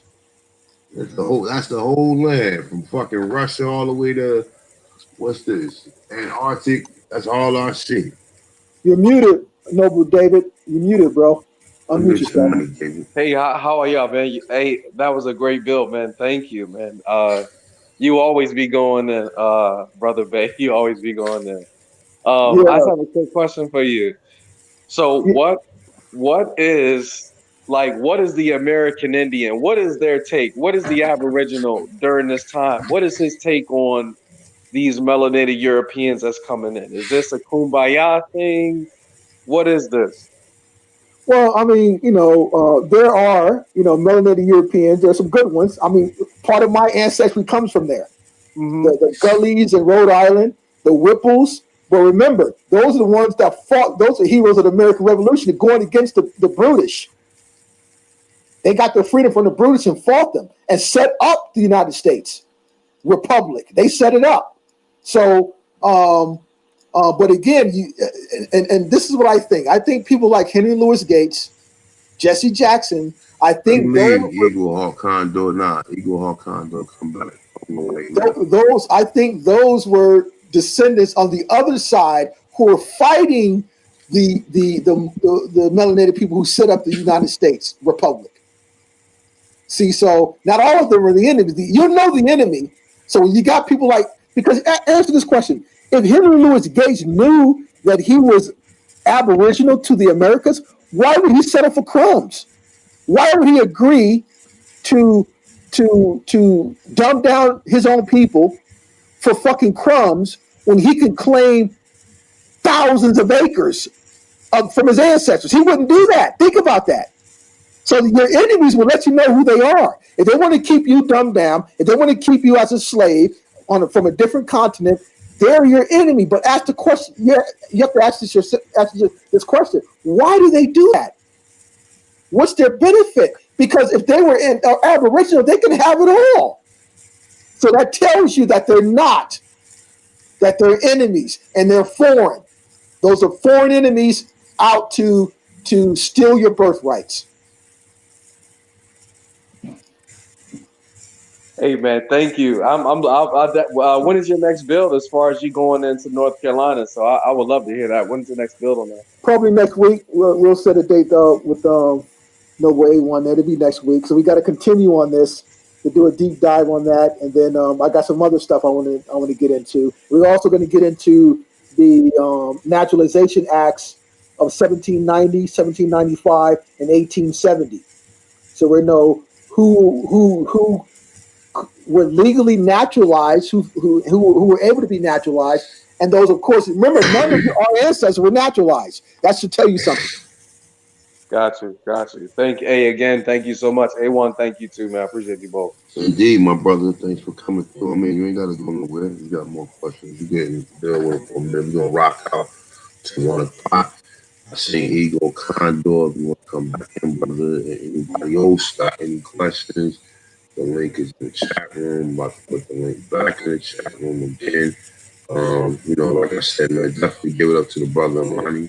As he always, I mean, like I said, I'm sitting back listening. So, um, just wanted to connect that basket weaving thing to the mechanics and how the Gala BC and they was on these same islands where these people own land at. You know what I'm saying? Like, so did they sell these black? I mean, did they sell? Like, hold up. Let me rephrase this. All right, the ridiculousness of this. Right, we read that the people.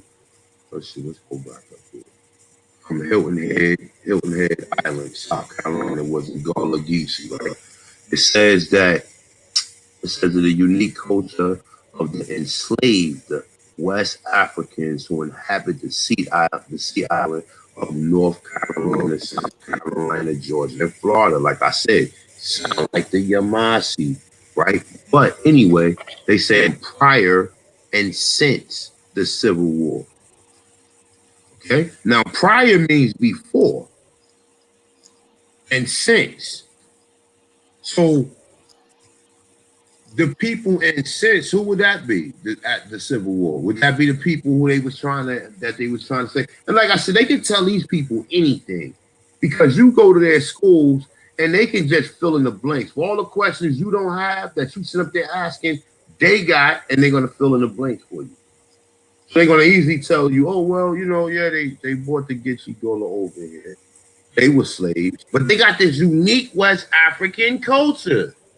But hold up. There was other West African, there was other so-called black people there who we make the assumption that these people were slaves, or they also was born here from West Africa, but they don't got the same fucking culture. So I just wanted to put that out there as well as the basket weaving, because I'm gonna get back to Rob on. Definitely, I'm gonna definitely get back to him. It's with the basket weaving. That basket weaving is a culture of the Algonquins. The Algonquins, also the Maya. You know what I'm saying? Which is the Yama. they also had something to do with basket weaving and pottery making. So like these people is idiots, man. Like you got so okay, so the baskets that they make came from Africa, but yeah, you got other tribes in that same area that's part of this same nation that's making them same fucking that's making them same baskets. So I just wanted to inject put that in there, man. Yep, indeed. Yep. There's Eagle Hawk. Unmute yourself, bro.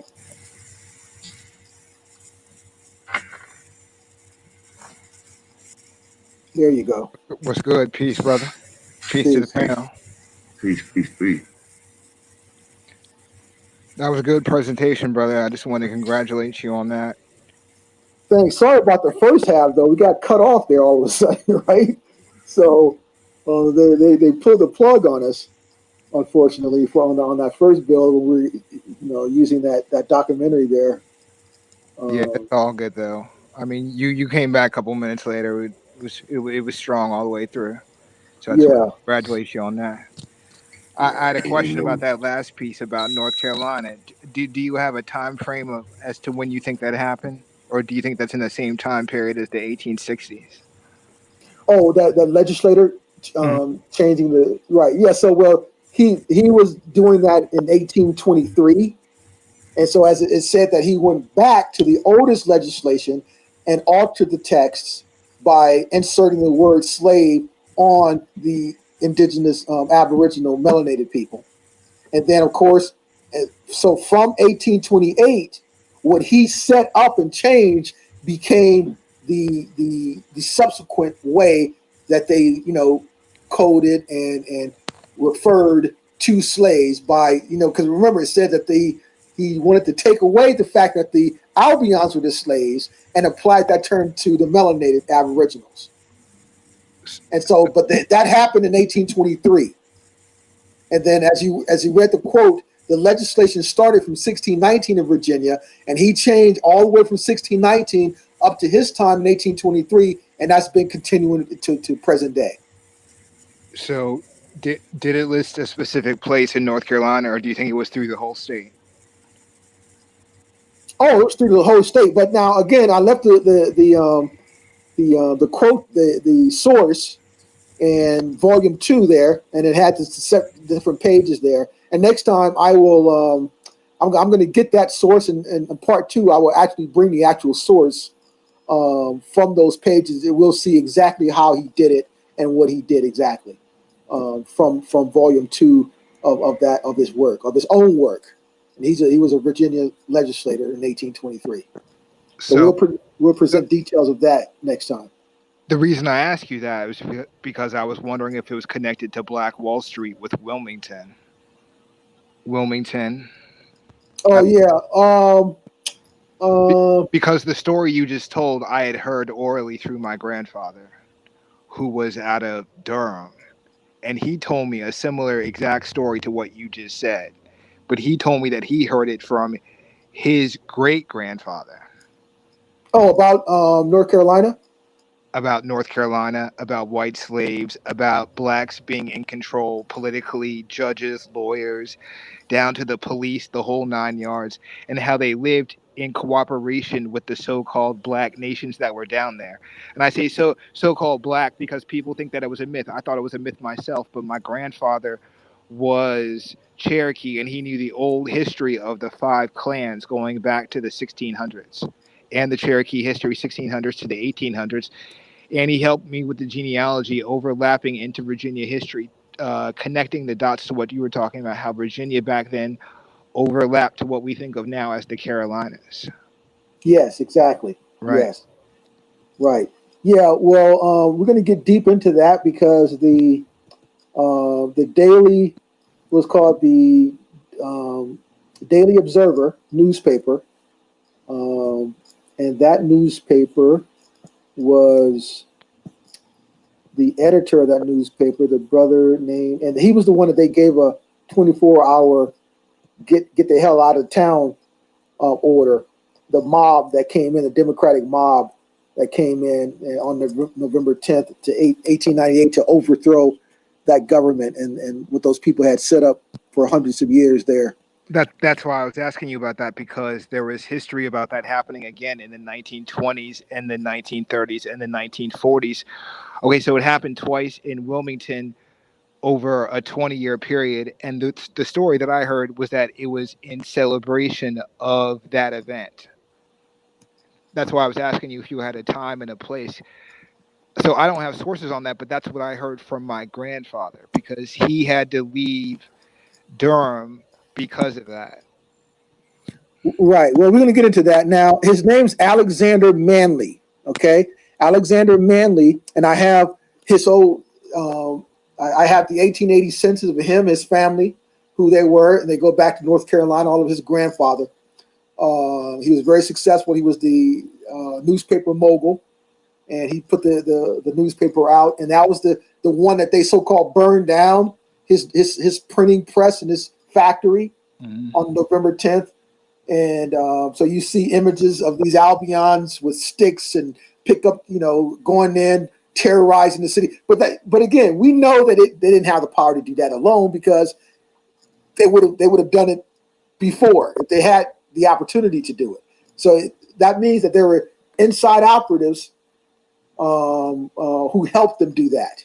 But we're going to get into that because it starts with Alexander Manley, the newspaper mogul, and he was the one putting out all the stories. And I just read from one of his papers about Jim Young managing over that institution for the blind, right?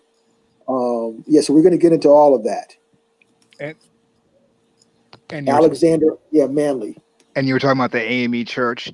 Are you going to get into the split with the AME Zion Church and all of that?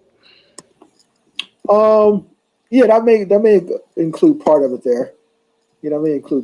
But especially when you get into, the individual North Carolina there,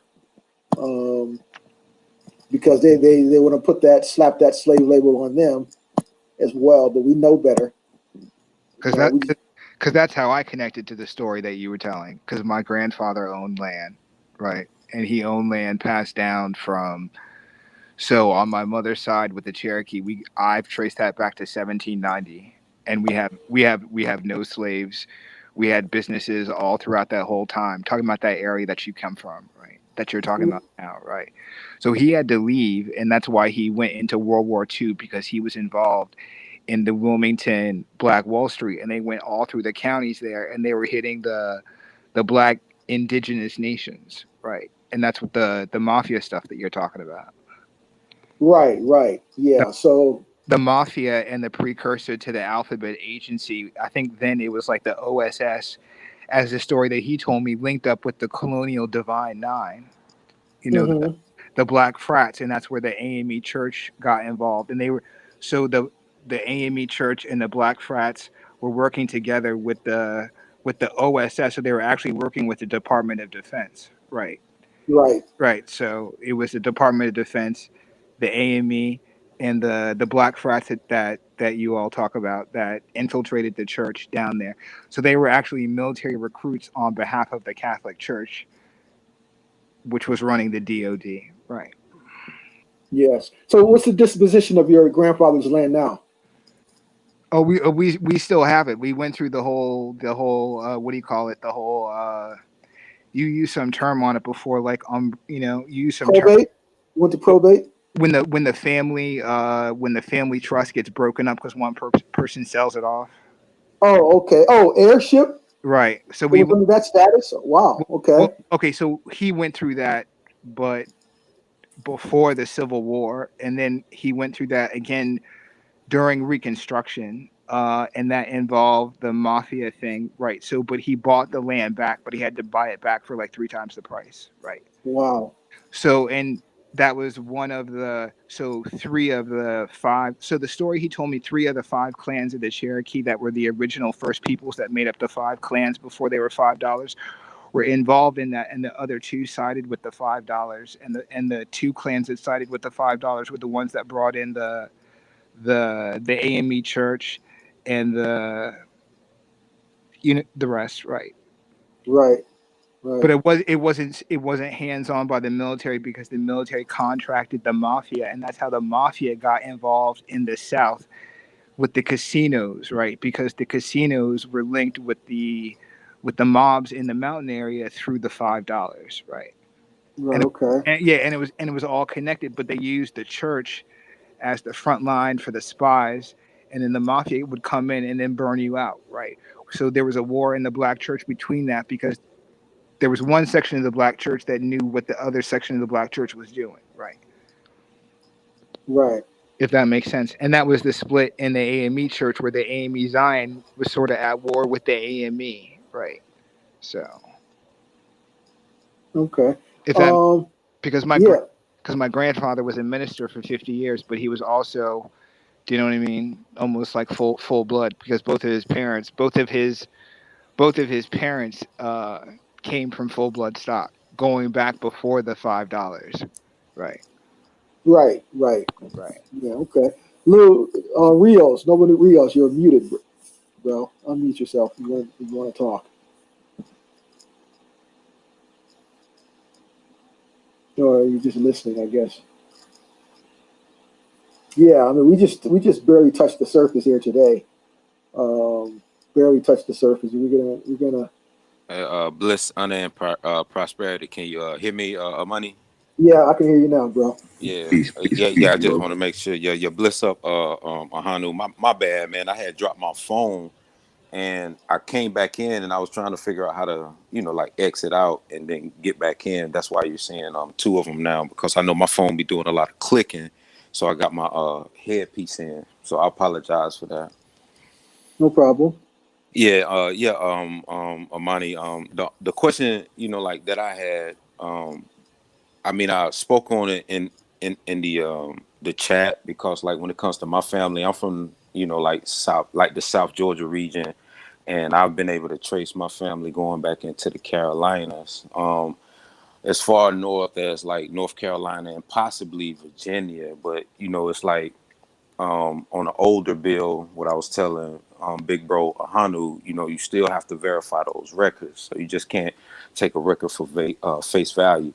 But one thing that I found, that I was mentioning in the chat was I came across what I don't want to use that word because I don't want it to be that type of phrase for it, but what you would consider a doppelganger whenever you're looking at census records in the 1800s. I've seen in different like small unincorporated areas because like one of the areas where I grew up at is it's called Naylor, Georgia, and it's in between Lowndes County and Lanier County, and it's right on the border of South Georgia, and it's about 40 to approximately 45 minutes from Tallahassee, Florida, which is Leon County.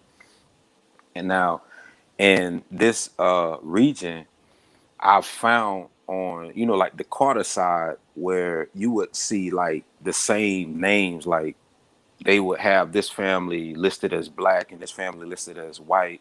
And there's a Riley Carter and they're both the same age. And, like a Mary and all these different names. And I'm sitting here scratching my head like what in the world is going on with this? And then Right. when I talked to my father told me that my uncle, who just recently passed away, he knew where the surveying landlines, like where they went and created the imaginary borderlines and stuff like that. Like he knew where all of that stuff was. Like when it came to like surveying, like their family all knew that, and Hmm. I was like, yo, that's crazy because I didn't even know our family knew about that or that it existed, and my question was, um, has anybody came to you or, like expressed or explained if they came across certain records in different states or like county seats? No, not really. No. So, but for if you're looking for, if you're doing an asset search of what your ancestors owned, like your grandparents or great grandparents, you just whatever state, county they're located in, and if you believe that they had land and that land was lost, there's records of all of that stuff in the county assessor's office, the comptroller's office, and they'll have records going back you know, depending on the state, but on average, at least to the early 1800s, some states like Virginia will go back all the way to the 1600s, right? In parts of Louisiana, like the DeSoto Parish area or the Cottle Parish area.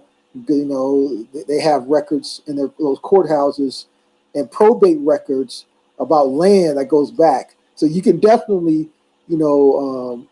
confirm whether or not any of your ancestors own land, right? Because that they'll still have records of that.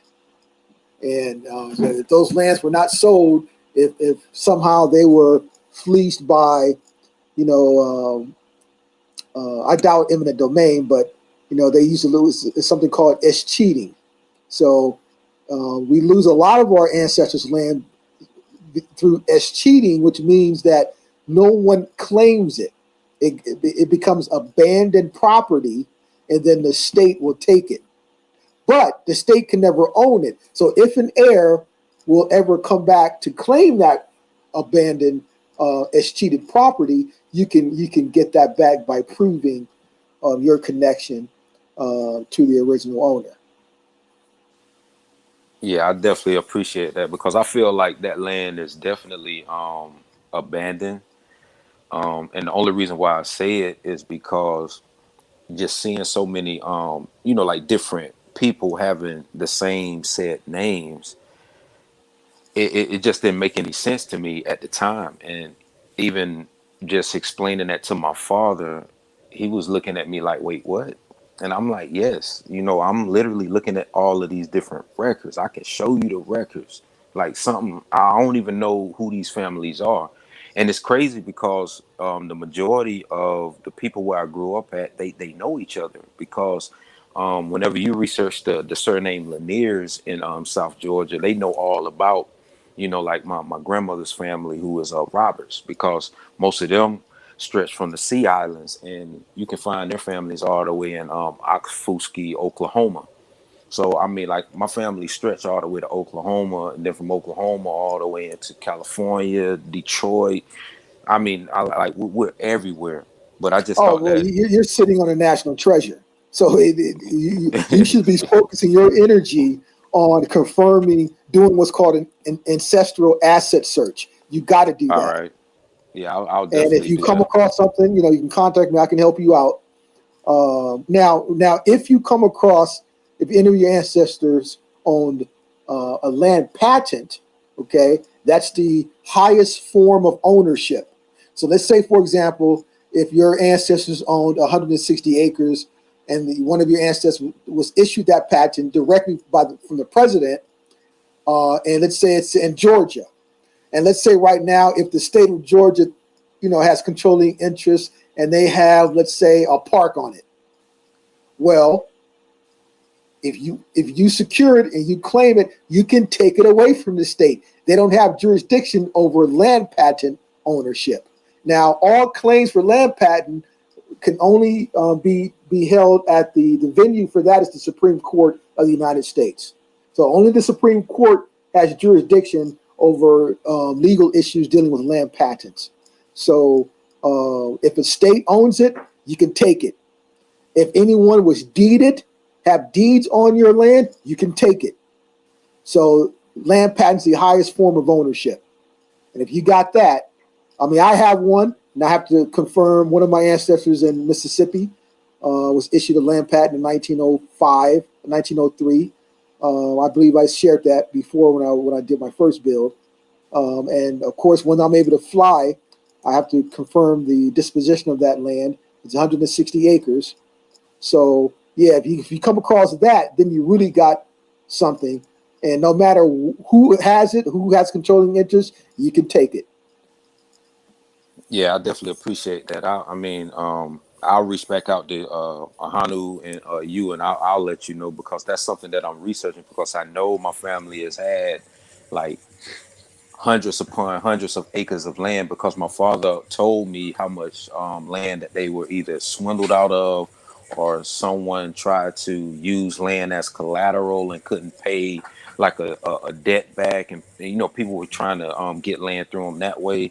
But I know there's a lot of land out there, and people were marrying into our family and getting land that way through those different type of heirlooms. But I'll definitely let you know if I come across something, because I'm Yeah, gonna reach yeah, you back come out to them across this something, week. and then you sue in your personal capacity, pro se, and I'll help you out with your legal documents.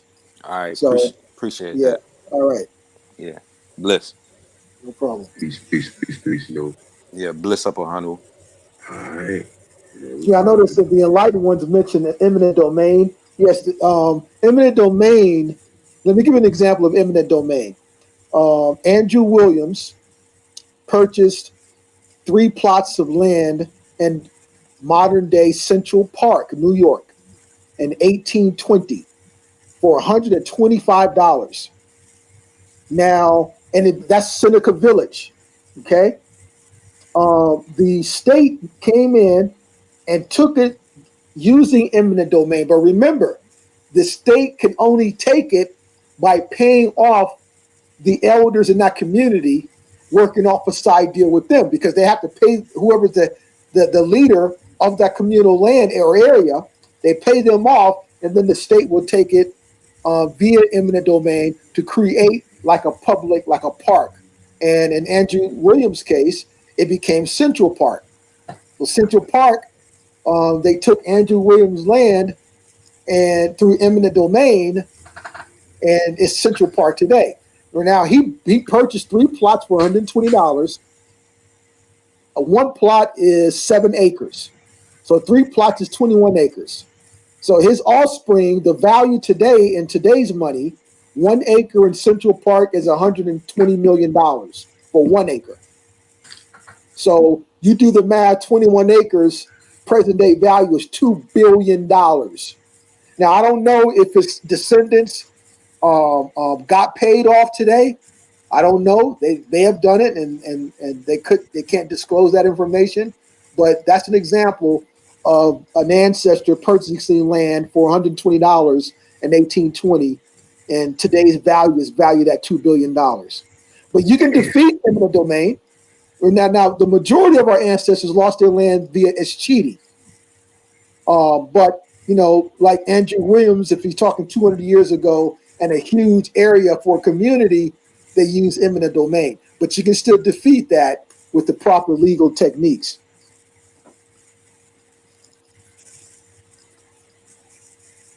That's some good information right there. Definitely. We need to come in and do a bill on just like land patterns and all that type of stuff. A lot of people out there, when they research their people, they don't know how to find the land or how to access it. You know what I'm saying? A lot of times they done built stuff on it. You know what I'm saying? Like you have to really go back and check and look in the city. Like, you have to go back and search the records like they was doing on that particular video before we got cut off. You Right, know what I'm saying? exactly. Right. Yep. So we're about to get up out of here, man. Definitely shout out to the brother Amani Bay for coming through, presenting this wonderful information once again. Like I said, we're gonna be doing some more builds. I'm just waiting for he got a bunch of bills he's ready to do. Whenever he's ready, we here. So you want to leave him, give him your contact information just in case anybody needs to know before we get out of here. Yeah. Let's see my email. Let's see, how do I drop my email in there? It says private chat. And then, yeah, if you're on YouTube, drop it in the YouTube chat. Okay, YouTube chat. Let's see. Uh, What you put in there, Igor Condor? What book is that?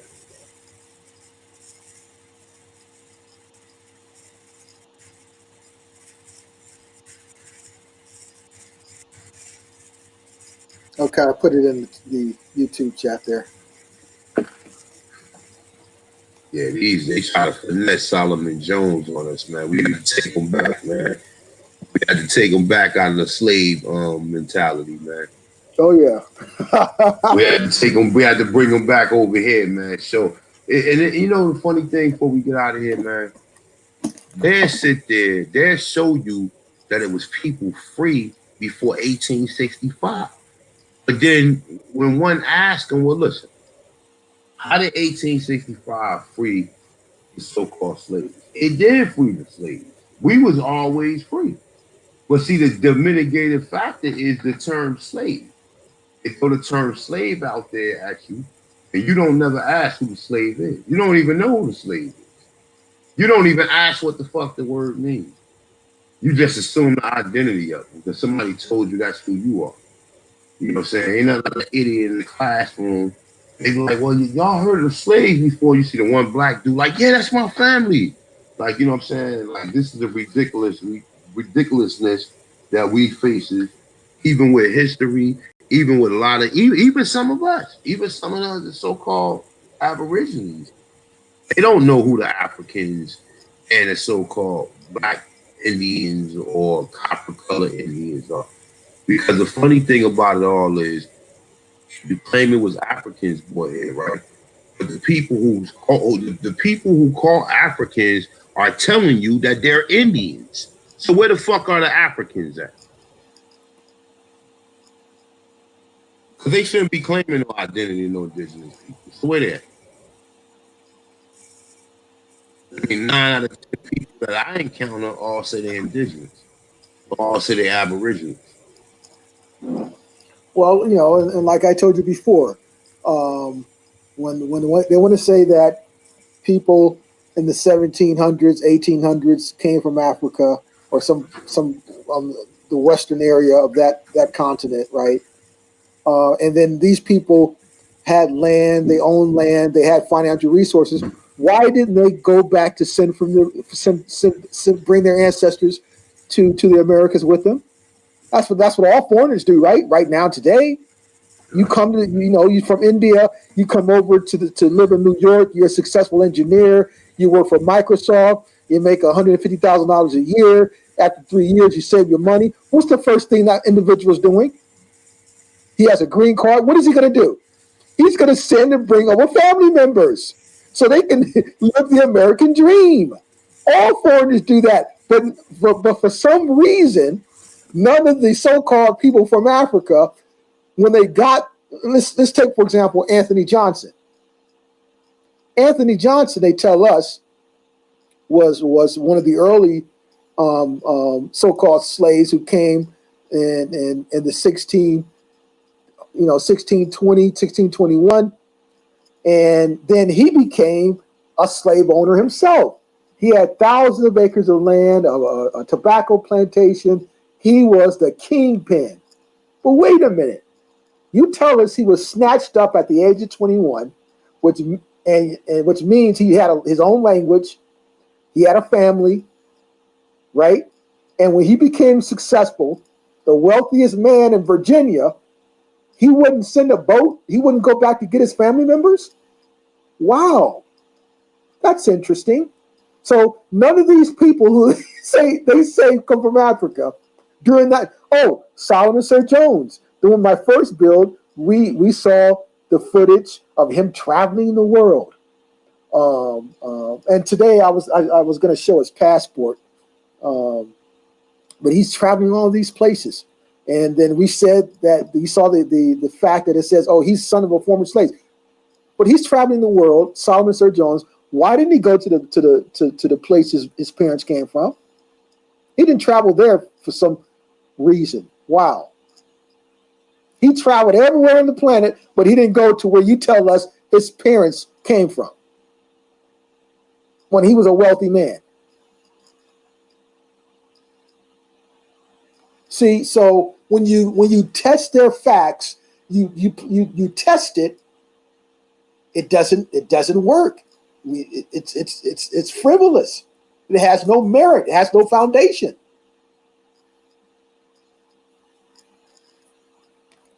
Because any foreigner who goes to another nation and becomes successful, the first thing you're going to do is bring your family members over with you, especially America, people. Everyone wants to be here, and you make it here, you're going to bring your family members over with you. Yeah, that's how it's done. They bring their family members, you know what I'm saying? And there ain't no reason for them to come over here a lot of times, man. You know what I'm saying? A lot of times, man, a lot of people I speak, they don't even want to come over here. They come over here because their family over here. But you see how that works. You know what I'm saying? So, definitely, man, shout out to the brother Money, and any individual out there who may have a situation that we may have went over in this presentation. Feel free to reach out to the brother. Um, and also, like I said, make sure you do your own lineage. You know what I'm saying? You gotta go back, you gotta get down and dirty, and start becoming an investigator. Because that's what all this shit is about. Investigating your history and investigating your past. So, at the end of the day, like I said, at least you got some remedy. Because this shit is about remedy. It ain't about you just saying, walking up to a motherfucking nigga and saying you're an Indian and shit. And then he got more freedom and more rights than you got on your own land. This nigga only been here for the last 20, 30 years. So understand that. So man, we about to get out of here, man. Peace, Igor, Condor, Sister Diva Glenn Studio. Thanks for coming through, sis. And yeah, you are right. We have been had. You know what I'm saying? But guess what, though? See, we have been had, but now we know. So we in the knowing. So now it's our responsibility going forward. Because before you knew, you couldn't say you didn't know. I mean, you could say you didn't know. Now you can't say you didn't know. So with that being said, man, definitely hit me up, Money, man, whenever you get a chance to get this other build underway. Um, Indeed. And I'm you, just right now in autopilot, so I'm, what I'm saying, I'm not even functional right now, so I ain't even doing no bills right now. But like I said, man, as far as anybody else, if you got any testimony or you got any story you want to tell, you got to at least be able to rock out for 3 hours. Man. You ain't got a 3 hour story. Your story gonna be over in 30 minutes, man. Type that shit in the chat room. You know what I'm saying? But if you got something you want to share, something that's powerful for the people, email me, chief@AOL.com. And also email the brother Amani, man, so you can get. Because I know a lot of people out there, they found their people got land. You understand what I'm saying? So definitely start seeking or finding a way to get your remedy, man. At the end of the day, ain't nothing like we wasn't no poor Indians. You see how them motherfuckers was, the Muskogee that was down in Oklahoma. They was balling. They had a bakery. They had a motherfucking what was that? An Angus farm. They had oil. They had everything. A military, everything. You understand what I'm saying? So, you know, at the end of the day, that's how we was rolling. And then they showed you the Indians. The Indians looked as foolish like they look today. We was walking around with clothes on. We looking at these motherfuckers. Like, look at this idiot right here, running, jumping over the hill with a motherfucking what was that? a What's them guns shotgun. called? A Yeah, shotgun. Yeah, with a, you know what I'm saying? Looking foolish. And then, like I said, you got people who think they are these people. I'm not these people. I'm descendants from the gods. You know what I'm saying? At the end of the day, the motherfuckers that was the Muskogee we showed, these are the gods. I don't give a fuck what you say. Because at the end of the day, like I said, even when you got to think about a lot of these inventions, you actually think a white man going to teach you how to build something he don't know, and then have you build something that he don't even know what the fucking use is for. Fuck, he gonna tell you to build an engine if he don't know what an engine is. Could you build this engine for me, slave? I don't know what I'm gonna use it for, but can you build it? So if you built the engine, mean you built the device that the engine went in, because you just can't build an engine without it fitting, being that size, because there's different engines. There's small engine. There's just like we was able to make the engine for the what's in it, the grass cutter. Yeah, the lawnmower and everything else. A refrigerator got an engine in it. A compressor is an engine. So at the end of the day, man, tap into how my man used to say, step into your greatness. You know what I'm saying? Definitely, man. Become the god and the goddesses that you once was. You know what I'm saying? Refrain from the negativity, man. Get your shit together. Stay away from these sucker MC Indians who don't know shit, who are U.S. Title 25 USC Indians.